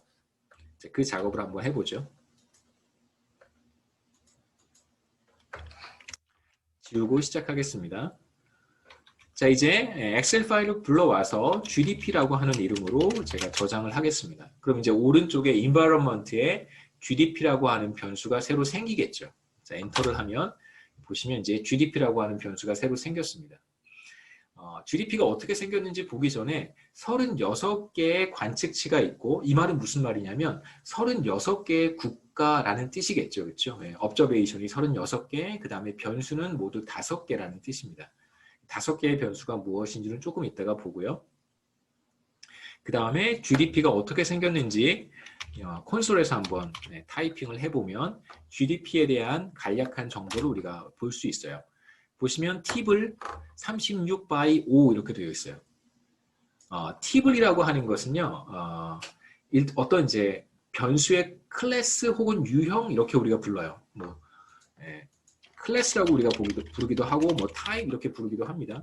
유형, 변수의 어떤 유형이라고 생각하시면 되는데 이건 그 데이터 프레임하고 굉장히 비슷한 거예요. 그러니까 R이 초창기 R이 생긴 지 얼마 안 됐을 때는 사실상 변수의 어떤 유형이 타입이 뭐 대체로 뉴메릭 벡터라든가 뭐 문자 벡터, 캐릭터 벡터라든가 혹은 뭐 그냥 데이터 프레임 뭐 이 정도밖에 없었어요. 되게 제한적이었었습니다. 그런데 이제 계속해서 사람들이 R을 사용을 하고 R과 관련된 패키지들이 계속해서 이렇게 만들어지는 과정에서 그러니까 데이터 프레임이라고 하는 어떤 속성만 갖고 있어서는 뭔가 이렇게 분석하는데 데이터로 분석하는데 어려움이 많았었다고 하더라고요. 그래서 데이터 프레임의 속성 말고 또 다른 속성들이 조금 이렇게 가미가 돼서 조금 다른 형태, 다른 유형의 데이터 프레임이 바로 팁을이라고 합니다. 기본적으로 우리가 앞서 봤던 어떤 테이블의 형태, 데이터 프레임과 그냥 거의 같다고 생각하시면 돼요. 조금씩 속성의 차이가 있어요. 다시 말씀드리면 이 속성의 차이가 왜 생기는 거냐면 많은 사람들이 데이터 분석을 조금 더 용이하게 하기 위해서 다양한 함수들과 패키지들을 만들잖아요. 근데 그 패키지에 데이터 프레임을 그냥 집어 넣어버리면 이게 잘 안 되는 거예요. 분석할 때 좀 어려움이 있어서 이렇게 조금씩 속성을, 변수의 속성을 바꿨다라고 생각하시면 되겠습니다. 기본적으로 뭐 팁을, 테이블 똑같은 거예요. 크게 여러분 신경 쓰실 필요는 없습니다. 아무 문제 없습니다. 자, 그 다음에 36 by 5라고 하는 것은 모두 지금 우리가 보고 있는 거 country니까 36개의 관측지가 있다 혹은 36개의 국가가 있다 이렇게 생각하시면 되고 5라고 하는 것은 변수의 개수입니다. 변수가 모두 5개가 있어요. 2015년, 16, 17, 18 각 연도의 GDP 그 4개의 변수가 있고 또 다른 하나의 변수는 뭐냐면 이 국가 이름이에요. 국가 이름. 이 국가 이름이 하나의 변수입니다. 그래서 country도 하나의 변수, 그 다음에 나머지 4개 각 연도의 GDP도 하나의 변수라고 생각하시면 되겠죠. 그래서 우리가 이렇게 엑셀 파일에 있는 데이터를 R로 불러올 수 있습니다.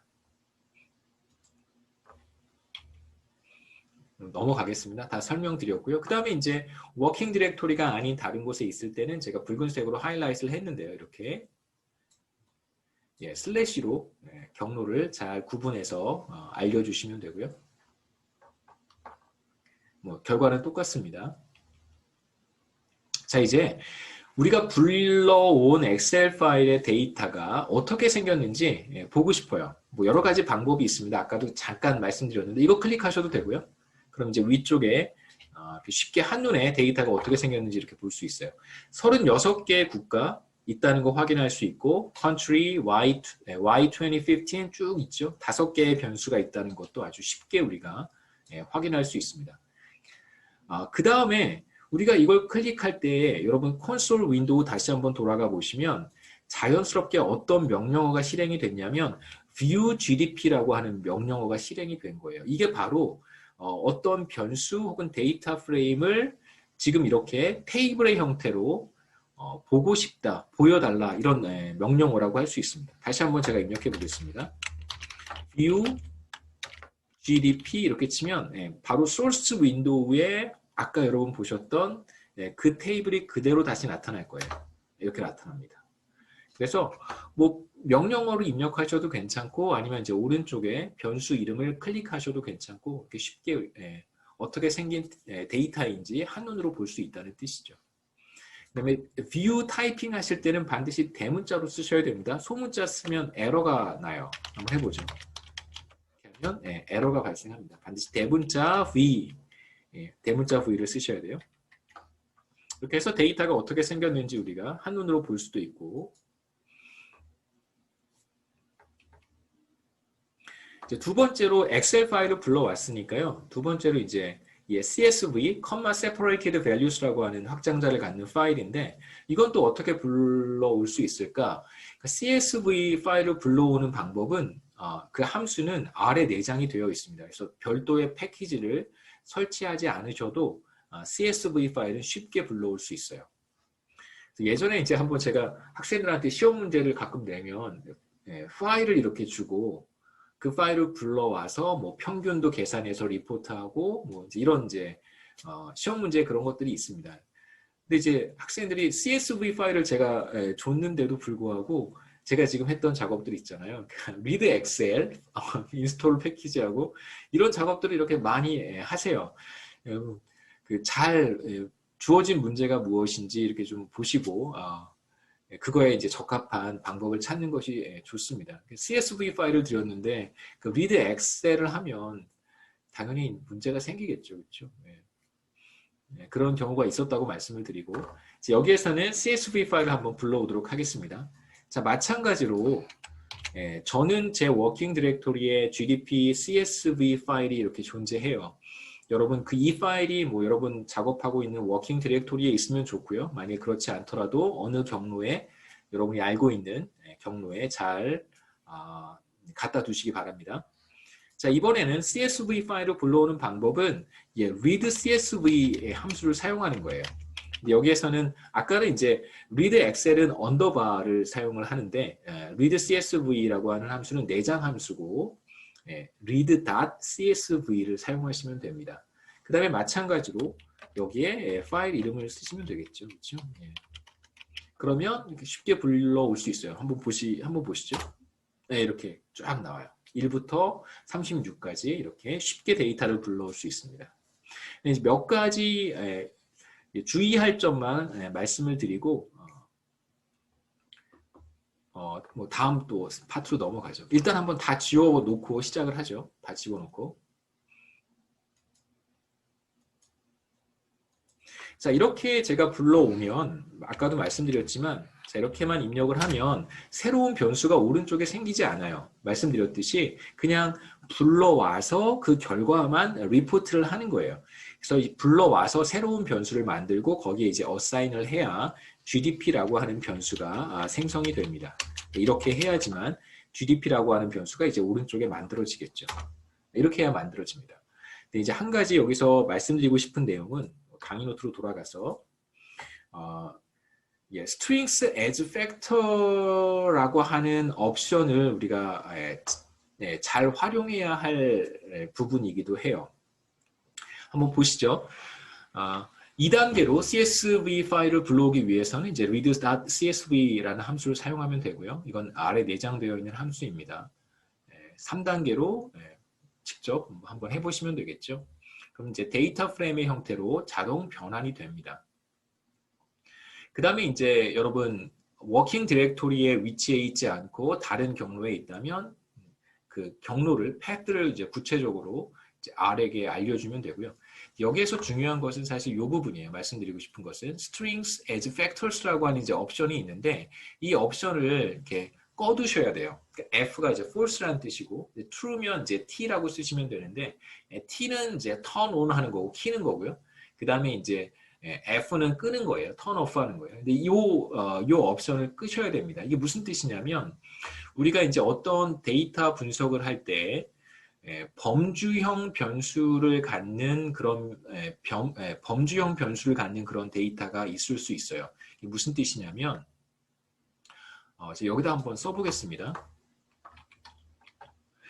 보시면 지금 우리가 사용하는 데이터는 컨트리고 컨트리의 이름이에요. 이건 일종의 아이디와 같아요.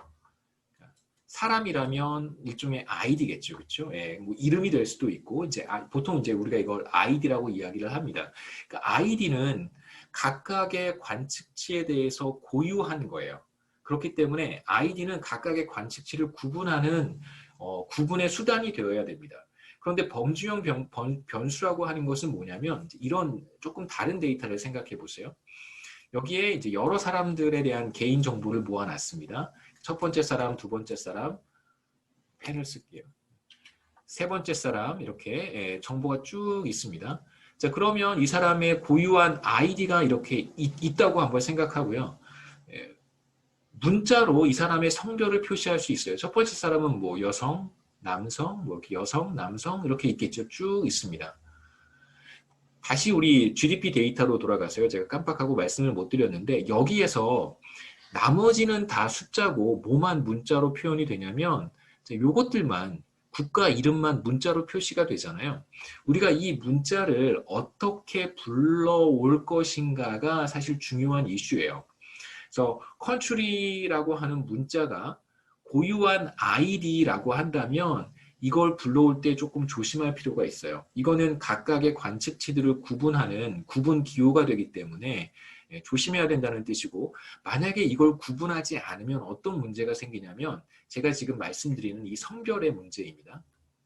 사실 성별도 뭐 여성이면 1, 남성이면 0 이렇게 되어 있다면 사실 숫자로 되어 있으면 아무 문제가 없어요. 그냥 다 불러오면 됩니다. 뭐 strings as factors 이런 거 옵션 우리가 뭐 turn on 하고 turn off 하고 이런 거 신경 쓸 필요 전혀 없어요. 그런데 지금 문제는 문자가 어떤 데이터셋에 들어가 있다면 특히 성별 같은 것은 이건 개인을 구분하는 게 아니잖아요. 이건 개개인의 고유한 건 아니에요. 개인의 정보를 우리가 알 수는 있지만 이건 뭐라고 얘기를 해야 될까요? 그러니까 각각의 사람을 구분해야 되는 어떤 구분 기호가 되지는 않아요. 이건 하나의 정보예요. 그래서 일종의 범주형 변수라고 얘기할 수 있습니다. 남성과 여성을 구분할 수는 있죠. 그렇죠? 그걸 구분해주는 일종의 범주이지 각각의 관측치를 유니크하게 구분할 수 있는 예를 들면 뭐 주민등록번호라든가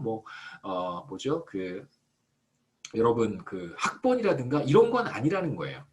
이거는 그냥 그 사람에 대한 정보 하나에 불과합니다. 그러니까 범주형 변수겠죠, 그렇죠? 네. 자, 그 다음에 요 데이터 다시 한번 보시죠. 컨트리 데이터. 국가별로 봤을 때 이제 이 국가가 어떤 대륙에 속해 있는가라고 하는 정보를 생각해 보세요.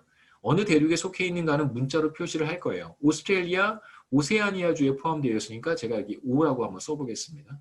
그 다음에 오스트리아, 유럽에 포함이 되어 있으니까 E라고 쓰고요. 그 다음에 뭐 벨기에 E, 캐나다, 미국, 미주 대륙이니까 아메리카 A라고 쓰고요. 아시아도 A니까 AM이라고 쓰고요. 그 다음에 뭐 이렇게 쭉 표시할 수 있겠죠. 그러면 이 국가가 어느 대륙에 속해 있는가는 사실상 각 국가를 유니크하게 구분하는 아이디는 아니에요. 일종의 범주라고 할 수 있습니다. 어떤 범주에 들어가는가, 그러니까 팩터라고 보는 거예요.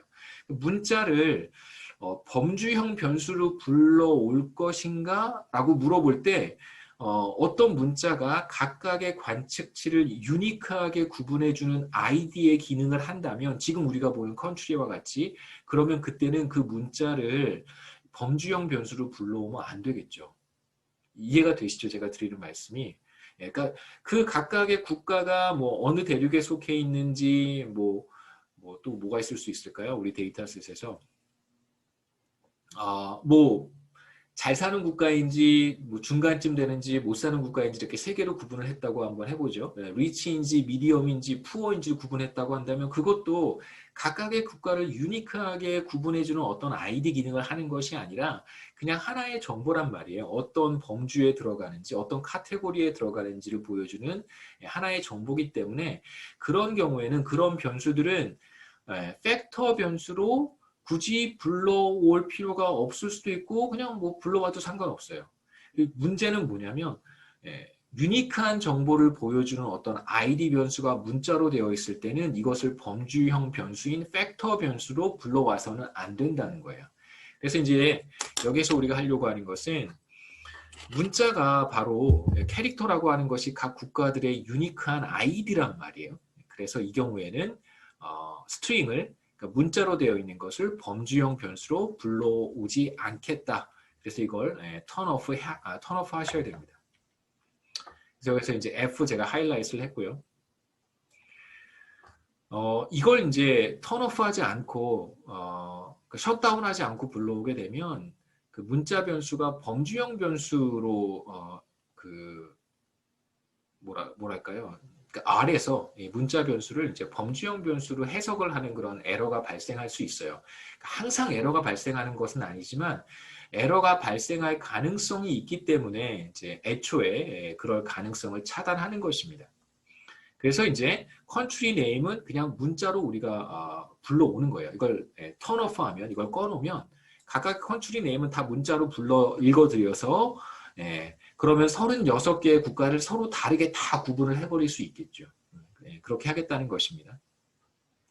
자, 그래서 여기서 우리가 해야 되는 옵션 하나는 strings as factors라고 하고요. 꺼놓는 거예요.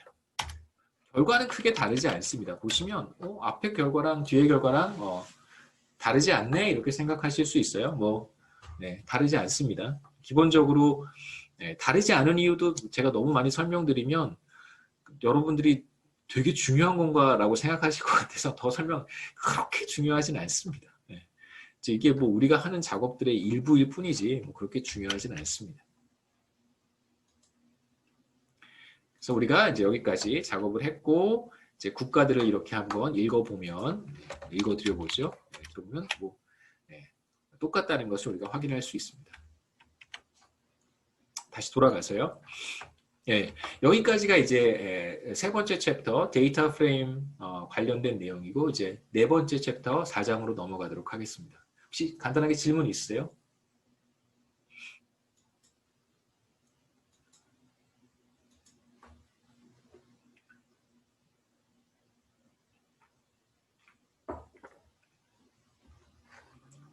질문 없으시면 4장 데이터 어널리시스 비기너라고 제가 이름을 붙여봤고요. 여기에서는 이제 간단한 데이터 분석하는 방법들 소개를 하도록 하겠습니다. 데이터를 이제 묘사하는 거예요. 우리가 어떤 데이터를 확보했고 지금처럼 엑셀 파일이면 엑셀 파일 방식대로 불러오고 CSV 파일이면 그렇게 또 불러왔습니다. 그래서 데이터 프레임을 우리가 만들어 놨어요. 그래서 GDP라고 하는 데이터 프레임을 우리가 갖고 있습니다. 이제 데이터가 어떻게 생겼는지, 뭐 관측치의 개수는 몇 개인지, 어떤 변수들이 포함되어 있는지, 그래서 이제 조금 어려운 표현으로 우리가 요약 통계량이라는 표현을 쓰기도 하거든요. 요약 통계량, summary statistics라는 표현을 쓰기도 하는데, 그래서 이 데이터가 대충 어떻게 생겼는지, 요약 통계량은 이제 바로 요 단어 뜻이고요.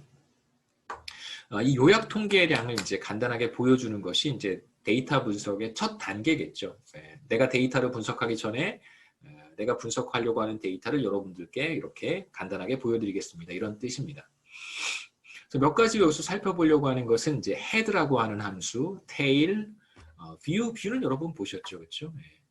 뷰는 우리가 이미 사용을 했습니다. dim, dimension, 그 다음에 str, structure 이런 함수들, summary 간단하게 말씀드리면 head는 지금 우리가 데이터 프레임 하나 가지고 있어요. GDP라고 하는 데이터 프레임. 그 데이터 프레임의 앞부분에 있는 관측치들 몇 개 보여주는 것이고 tail은 꼬리니까 우리가 가지고 있는 데이터 프레임의 끝에 있는 관측치들 몇 개 이렇게 보여주는 것이고요. view는 우리가 봤습니다. 그 다음에 dim이라고 하는 것은 dimension의 약자인데 그 dimension이 어떻게 생겼는지 그러니까 가로축은 몇 개고 세로축은 몇 개인지 테이블에서 row는 뭐죠? 행은 몇 개의 행으로 되어 있고 그 다음에 컬럼은 모두 몇 개의 컬럼으로 되어 있는지 다시 말하면 관측치는 몇 개 혹은 뭐 변수는 몇 개 이런 거 보여주는 것이기도 하고요. 동시에 우리가 행렬을 만들고 싶어요. 매트릭스죠. 3x3 행렬을 만들고 싶을 때 행렬의 3x3를 우리가 지정할 수도 있어요. dim이라고 하는 함수를 이용해서 나중에 보여드리겠습니다. 그 다음에 이제 str은 이제 structure에 관련된 건데 이건 조금 복잡해요. 그러니까 전반적인 어떤 데이터 프레임의 모습을 다 보여달라라고 하는 뜻이고 summary statistics는 우리가 이제 요약 통계량이라고 하면 몇 가지 데이터 정보들을 의미하는 것인데 최소값, 최대값, 그 다음에 가운데 있는 녀석, 미디언이라고 하죠. 중위값, 그 다음에 first quartile, 그 다음에 third quartile 이 5가지 정보를 보여주는 것이 바로 요약 통계량입니다. 뭐 first quartile과 third quartile이 뭔지는 또 그때 가서 제가 말씀을 드릴게요. 이런 정보들을 보여주는 함수입니다. 그래서 우리 다시 돌아가서 엑셀 파일로 작업을 한번 해볼게요. 그래서 다 지워버리고요. 이번에는 엑셀 파일로 불러오겠습니다. GDP, read, 엑셀, 그 다음에 GDP 이렇게 해서 엑셀 파일 버전으로 제가 데이터를 불러왔고요. GDP가 어떻게 생겼는지 보면 조금 다르게 그러니까 CSV 파일을 불러왔을 때와 이제 read excel이라고 하는 함수를 썼을 때 이제 실제로 GDP라고 하는 변수가 조금 다른 모양을 가져요. 그게 아까 제가 말씀드렸던 그러니까 데이터 프레임으로만 뭔가 이렇게 조금 제약이 있어서 R 관련된 굉장히 무수히 많은 컨트리뷰터들이 나름대로 조금씩 또 좋은 그 어떤 기능들을 이렇게 추가했다라고 생각하시면 됩니다. 그래서 GDP 우리가 불러왔고요. 이제 head, tail 뭐 이런 거 한번씩 해보죠. 자, head라고 하는 함수를 먼저 사용해 보겠습니다. head의 GDP 하시면 처음 6개의 관측치를 보여달라 이런 뜻입니다. 그래서 첫 번째 오스트레일리아부터 시작해서 6번째 체크 리퍼블릭까지 6개의 관측치를 이제 보여달라. 근데 이 함수는 데이터 프레임에 적용할 수도 있고요. 우리가 지금 보고 있는 테이블 같은 변수에도 적용할 수 있고 벡터에 사용할 수도 있고 매트릭스에 사용할 수도 있습니다. 그 다음에 테일은 꼬리니까 마지막 6개를 보여달라 이런 뜻입니다. 자, 그럼 꼭 6개만 봐야 되는가? 저는 10개가 보고 싶은데요. 그러면 10개라고 쓰면 됩니다. 헤드 먼저 가보죠. 헤드에 10개가 보고 싶다 그러면 n은 10 이렇게 쓰면 됩니다. 그러면 처음 10개 이렇게 보여주는 거고요. 마찬가지겠죠. 그렇죠? 마지막에 있는 데이터, 마지막 끝에 부분 10개를 보고 싶다. 그럼 tail, GDP, 그 다음에 n10 이렇게 하면 마지막에 있는 데이터 10개 이렇게 우리가 확인할 수 있어요. 그러니까 보고 싶은 관측치의 개수만 입력하시면 얼마든지 볼 수 있습니다. 그래서 n은 숫자 이렇게 쓰시면 이 10개를 입력하면 10개 볼 수 있고 15개 입력하면 15개 볼 수 있습니다. 디폴트가 이제 6이라는 뜻이겠죠. 확인했고요. 테일도 마찬가지입니다. 똑같은 기능 데이터셋의 혹은 데이터 프레임의 마지막 부분 보여주는 것이고 우리가 확인했습니다. 뷰는 뭐 넘어갈게요. 우리가 했으니까. 뷰는 매트릭스나 데이터 프레임이나 뭐 이런 것들 입력하면 앞서 우리가 소스 윈도우에서 어떻게 생겼는지 예쁜 테이블로 우리가 확인해 볼 수 있습니다. 그렇죠? 그 다음에 이제 dim 한번 볼 텐데요.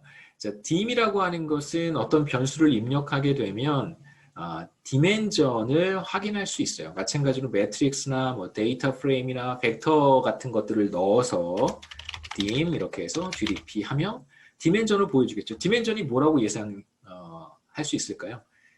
36 by 5 이렇게 나오겠죠. 그렇죠? 디멘전이 36개의 국가들, 36개의 관측지와 5개의 변수가 있다는 뜻입니다. 그래서 36 by 5 이렇게 우리가 디멘전을 찾을 수 있고요. 그 다음에 아까 잠깐 말씀드렸지만 이 dim이라고 하는 함수를 이용해서 디멘전을 바꿔버릴 수도 있어요. 한번 보시죠. 자, 간단한 이그젬플을 만들었는데 자, x라고 하는 어떤 벡터는 1, 2, 3, 4 이렇게 되어 있어요. 이제 이거를 우리가 어떻게 바꾸고 싶냐면 2x2 매트릭스로 바꾸고 싶은 거예요. 자, 이렇게 한번 해보죠. x는 1, 2, 3, 4입니다. 그래서 1, 4 이렇게 해도 괜찮아요. 그렇죠? x는 1, 2, 3, 4 이렇게 4개의 숫자로 되어 있는 하나의 숫자 벡터라고 할 수 있어요. 자, 이 벡터를 우리가 2x2 매트릭스로 바꾸고 싶어요. 잘 보셔야 되는 것은 뭐냐면 이렇게 그러니까 dim이라고 하는 함수를 쓰면 이런 순서대로 바뀐다는 거예요. 이렇게 바뀌어요. 이렇게. 그러니까 이렇게 쓰는 게 아니고요. 그러니까 아래서 dim이라고 하는 함수를 쓰면 이렇게 써내려가는 거예요. 이렇게 가지 않고 위에서 아래로 내려갑니다. 그래서 지금 하나의 벡터를 2x2 매트릭스로 변환할 수 있어요. 어떻게 하냐면 이렇게 하는 겁니다. 자, x의 디멘전을 우리가 바꾸는 거예요. 그럼 x의 디멘전에다가 우리가 원하는 2x2를 입력하면 돼요. 2x2로 어떻게 입력하냐면 c에 2x2 이렇게 입력하는 거예요. 그럼 이제 x의 디멘전이 2x2로 바뀐다는 뜻입니다. 그래서 dimx라고 하면 x의 디멘전을 보여달라라고 하는 뜻도 있지만 지금 이렇게 입력을 하게 되면 dimx를 2x2로 바꿔라 이런 뜻도 있습니다. 그래서 바꿔보죠. 그럼 x가 어떻게 변했을까요? 오른쪽에 바뀐 게 나타나죠. 1, 2, 1, 2 이렇게 생겼을 거예요. 보시죠. x는 이렇게 생겼습니다. 2x2 매트릭스로 바뀐 거예요. 그렇죠? 그리고 위에서 이렇게 아래로 써내려가요. 위에서 아래로 쭉 써내려갑니다. 그 다음에 이제 하나 조심하셔야 되는 것은 지금 우리가 처음 시작할 때 x는 1, 2, 3, 4로 되어 있는 그러니까 엘러먼트가 4개인 일종의 벡터란 말이에요. 그렇기 때문에 이걸 우리가 2x2로 만들 수 있어요. 이렇게 생긴 거 3x2로 못 만들잖아요. 3x2는 3개 들어가고 3개씩 2줄이니까 그 6개의 원소가 필요하단 말이에요. 그런 경우에는 못 만들어요. 에러가 납니다. 이렇게 하면 에러가 난다는 거예요. 3x2로 만들 수 없잖아요. 이 x가 아니죠. 처음부터 시작하겠습니다. x는 무슨 말이냐면 자, 4개의 원소를 갖는 벡터예요. 그렇죠? 이걸 우리가 3x2인 매트릭스로 바꿀 수 있을까? 못 바꾼다는 거예요.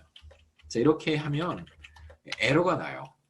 에러가 납니다. 왜냐하면 x에는 4개의 원소밖에 없는데 이걸 어떻게 우리가 3x2 매트릭스로 만들 수가 있어요? 만들 수 없어요. 에러가 납니다. 자, 그 다음에 하나 비슷한 이그젬플은 뭐냐면 이번에는 6개의 엘러먼트를 잠시만요. 6개의 엘러먼트를 갖는 제 강의 노트는 안 만들었는데요. 6개의 엘러먼트를 갖는 거는 우리가 3x2 매트릭스로 만들 수 있겠죠. 2x3로 만들어 보겠습니다. 자, 보시죠. 자, x에 이번에는 1, 2, 3, 4, 5, 6이라고 한번 해보죠. 1부터 6까지 모두 6개의 엘러먼트를 갖는 벡터라고 할 수 있고요. 이건 이제 우리가 2 by 3 매트릭스로 한번 변환해 보겠습니다. 디멘전을 이렇게 2 by 3로 변환하는 거예요. 그럼 이제 x가 어떻게 바뀌었을까라고 보시면 x는 1, 2, 3, 4, 5, 6 제가 아까 뭐라고 말씀드렸냐면 이렇게 써내려간다고 했어요. 디멘전이 바뀔 때는 위에서 아래 방향으로 첫 번째 컬럼 완성하고 두 번째 컬럼 완성하고 세 번째 컬럼 완성하는 방식으로 디멘전이 바뀌게 됩니다. 그 다음에 세 번째는 이제 변수의 스트럭처, 변수의 유형은 타입은 무엇이고 관측지의 개수는 무엇이고 이제 전반적인 이제 우리가 분석하고 싶은 데이터 프레임이라든가 혹은 매트릭스라든가 이런 것들의 전반적인 어떤 스트럭처를 확인할 수 있는 함수들 한번 해보죠. 자, 스트럭처 str 그 다음에 x 이렇게 x가 아니고 gdp죠. gdp를 입력을 하게 되면 이렇게 정보가 나옵니다. read excel이라고 하는 함수를 썼기 때문에 가지고 온 데이터 프레임은 기본적으로 tible이고요. 말씀드렸듯이 tibble 뭐 이렇게 해서 tbl이라고 표현하기도 하고 기본적으로 데이터 프레임과 같습니다. 조금 더 풍성한 그런 속성을 가지고 있다고 생각하시면 되고요. 그 다음에 모두 변수가 5개 들어있다는 걸 확인할 수 있고 디멘전은 36 by 5 우리가 확인했었죠. 첫 번째 변수는 국가의 이름이었었어요. 이건 캐릭터 벡터입니다. 그래서 캐릭터, 그다음에 두 번째, 세 번째, 네 번째, 다섯 번째 이제 변수들은 y2015부터 y2018은 뉴메릭 벡터겠죠. 각각의 GDP 값을 보여주고 있으니까. 그 다음에 기본적으로 데이터 프레임과 같은 속성을 공유하고 있기 때문에 저기 보시면 처음에 달러 표시로 되어 있잖아요. 이게 무슨 뜻이냐면 우리가 데이터 프레임에 있는 어떤 변수를 불러오고 싶을 때 달러 표시를 쓴다고 했습니다. 자, 무슨 뜻이냐면 GDP에 달러하고 컨트리라고 하면 국가 이름이 쫙 나오겠죠. 36개 국가 이름이. 마찬가지로 GDP에 달러 표시하고 Y2018을 하면 2018년에 GDP가 쫙 나올 거예요. 36개. 이렇게 이제 표시를 한다는 뜻입니다. 그러니까 팁을이라고 하더라도 기본적으로 데이터 프레임과 같은 속성을 가지고 있기 때문에 우리가 데이터 프레임에서 했던 얘기를 그대로 팁을에도 적용을 할 수 있습니다. 스트럭처 이제 간단하게 우리가 확인을 했고요. 그 다음에 이제 Summary Statistics, 요약 통계량 어떻게 확인하는지 한번 보시죠. 우선 Summary Statistics는 최소값, 그 다음에 First Quartile, 중위값, 미디언이라고 하고 평균, 제가 평균 말씀 안 들었군요. Third Quartile, 그 다음에 최대값 이렇게 보여주는데 여러분 나머지는 다 아실 것 같아요. 간단한 예를 들어서 제가 설명을 해드리겠습니다. 1, 3, 5, 7, 9 이렇게 이제 5개의 데이터 값을 우리가 확인했다라고 한번 해보죠. 그럼 미니멈은 1이고요. 그렇죠? 그 다음에 맥시멈은 9고 그 다음에 미디언은 가운데 있는 녀석이에요. 그러니까 하나, 둘, 셋, 넷, 5번째 모두 5개의 값을 우리가 갖고 있는데 이 중에 가운데 위치해 있는 거.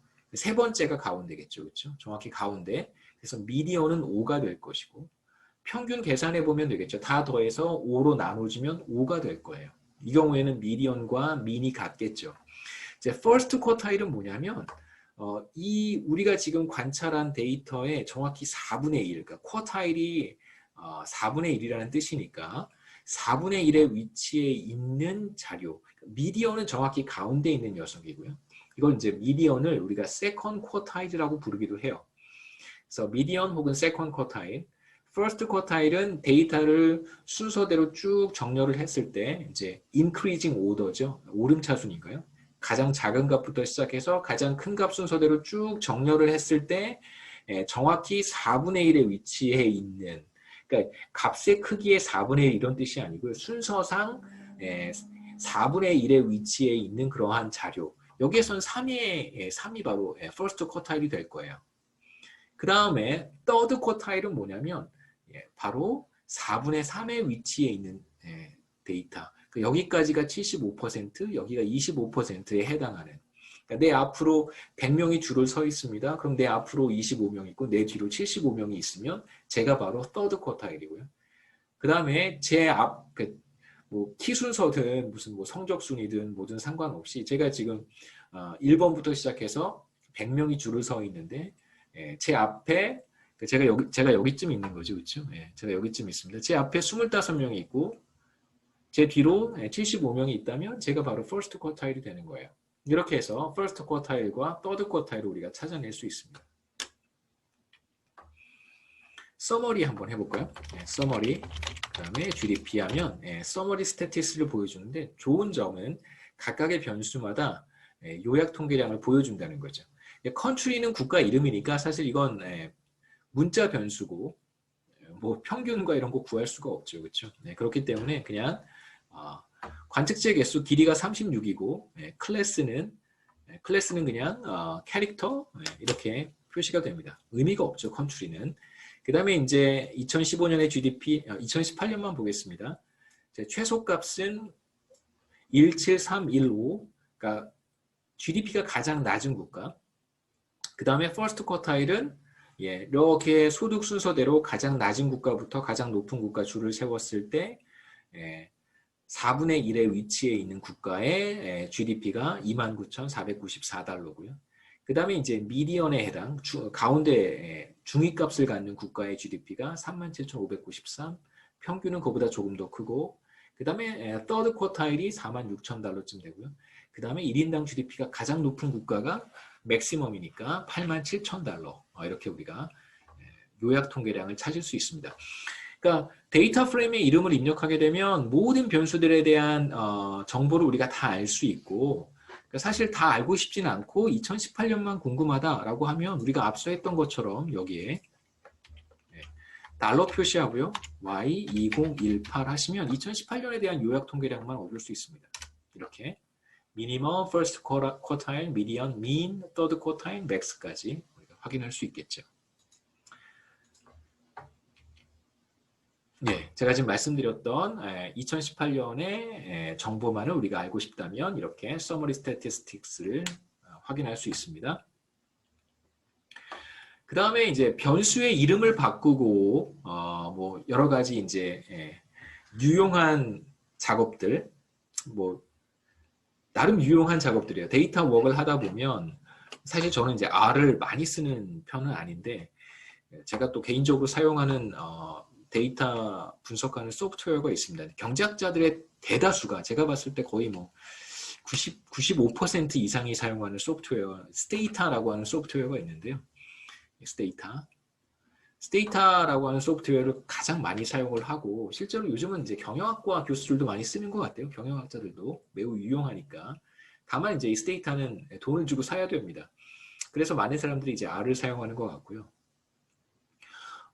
저도 데이터 작업을 많이 하면서 이제 빈번하게 하는 것이 이제 데이터 이름 바꾸고, 그렇죠. 그다음에 뭐 좀 변형하고, 뭐 잘라내고, 붙일 거 붙이고 이런 작업들이 사실 실제로 데이터를 분석해서 뭔가 의미 있는 결과를 내는 거는 사실상 전체 데이터 작업 중에 이제 마지막 부분이고 사실 이제 이 부분이 제일 중요하기는 해요. 뭔가 의미 있는 결과를 내야 뭐 이제 학문적인 가치도 있을 것이고 논문이 되는 거죠. 여기까지.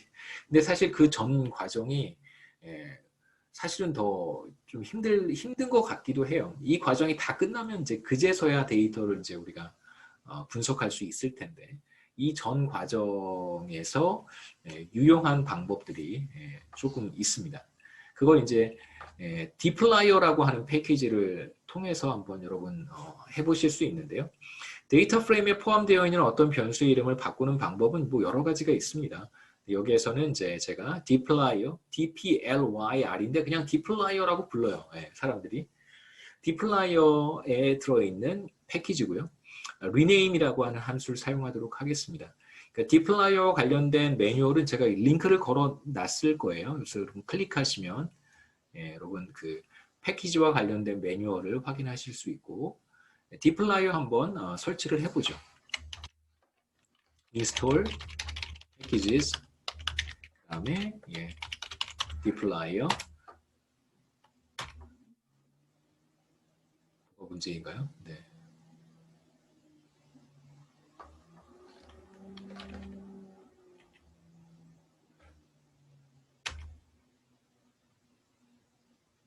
아, 예, 네. 이게 전에 설치가 돼 있어서, 네.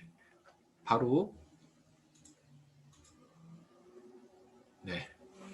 네. 설치가 됐습니다. 혹시 뭐, 큰 문제 여러분 없으실 거라고 생각하고요. 예. 예. 그 다음에 이제 라이브러리 함수 써서, 예, 디플라이어를 불러오면 되겠습니다. 예. 예, 저는 문제 없이 됐고요. 혹시 문제가 있으시면 예, 같이 한번 해결해 보면 좋겠습니다. 그래서 예, 디플라이어를 인스톨을 했고 그 다음에 예, 라이브러리 함수를 통해서 불러왔습니다. 자, 이제 두 개의 변수로 구성이 되어 있는 이제 데이터 프레임을 이제 인위적으로 한번 만들어 보는 거고요.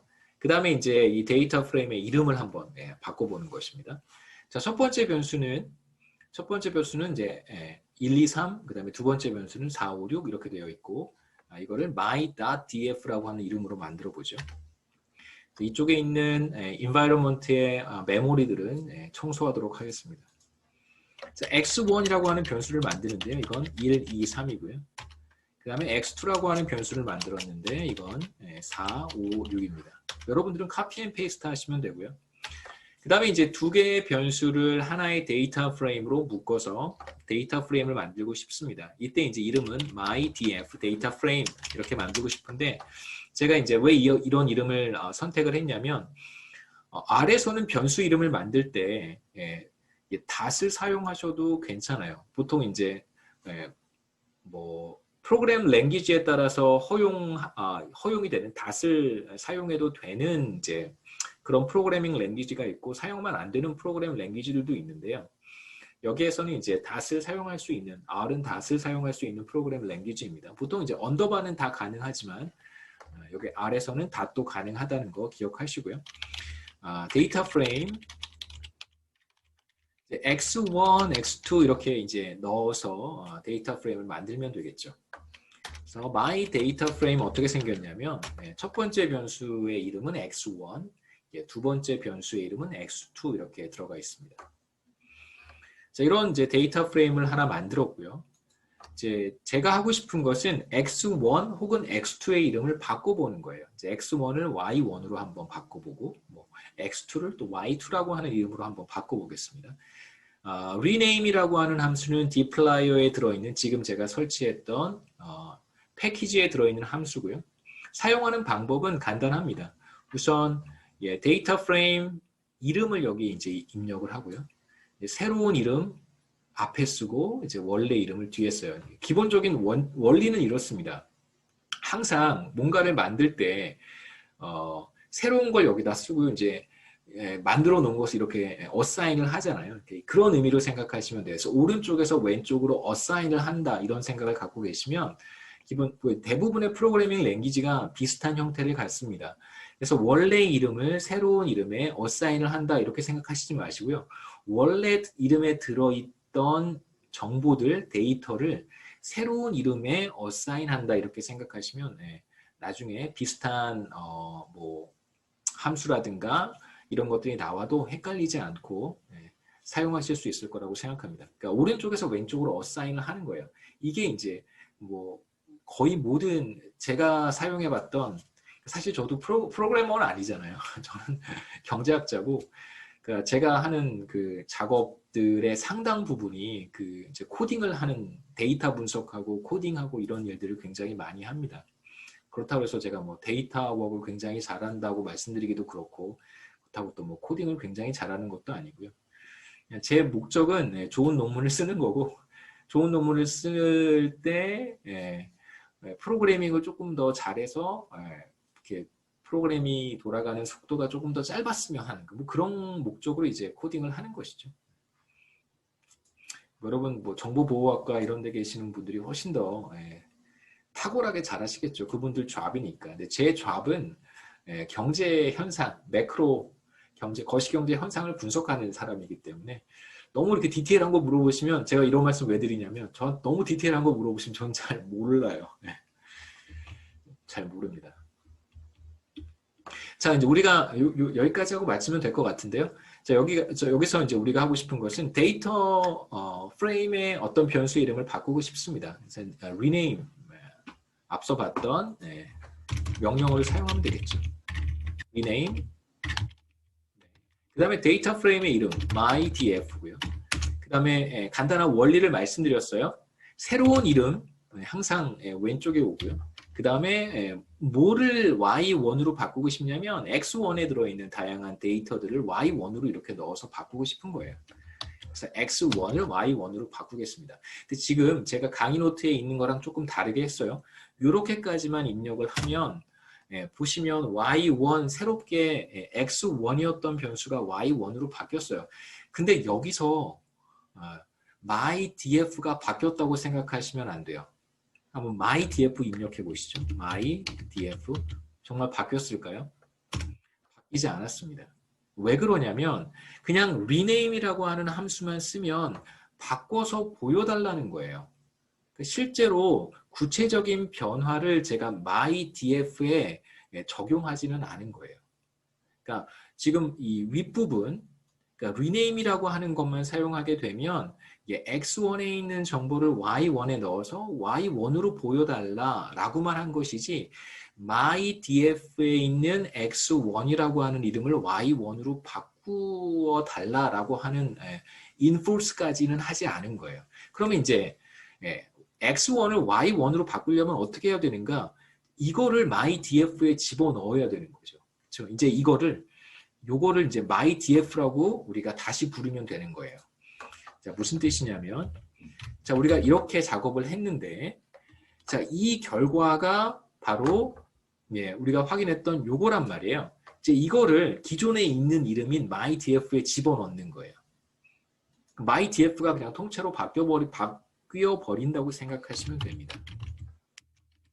이렇게 해야 이제 mydf가 달라져요. mydf 한번 보시죠. 이제 y1으로 바뀌었어요. 그래서 그냥 함수만 사용하게 되면 때에 따라서는 적용이 될 수도 있지만 적용이 안 되는 경우가 이제 대부분이다라고 생각하시면 되고요.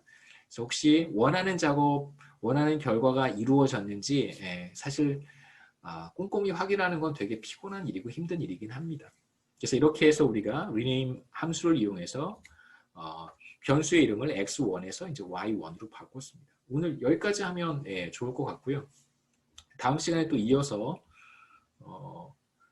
하겠습니다. 혹시 오늘처럼 하는 게 뭐 여러분 뭐 불편하거나 좀 그러면 조금 또 방식을 바꿔보도록 하고요. 다양한 좀 피드백을 주시면 강의를 진행하는 데 있어서 좀 더 개선점을 찾아보도록 하겠습니다.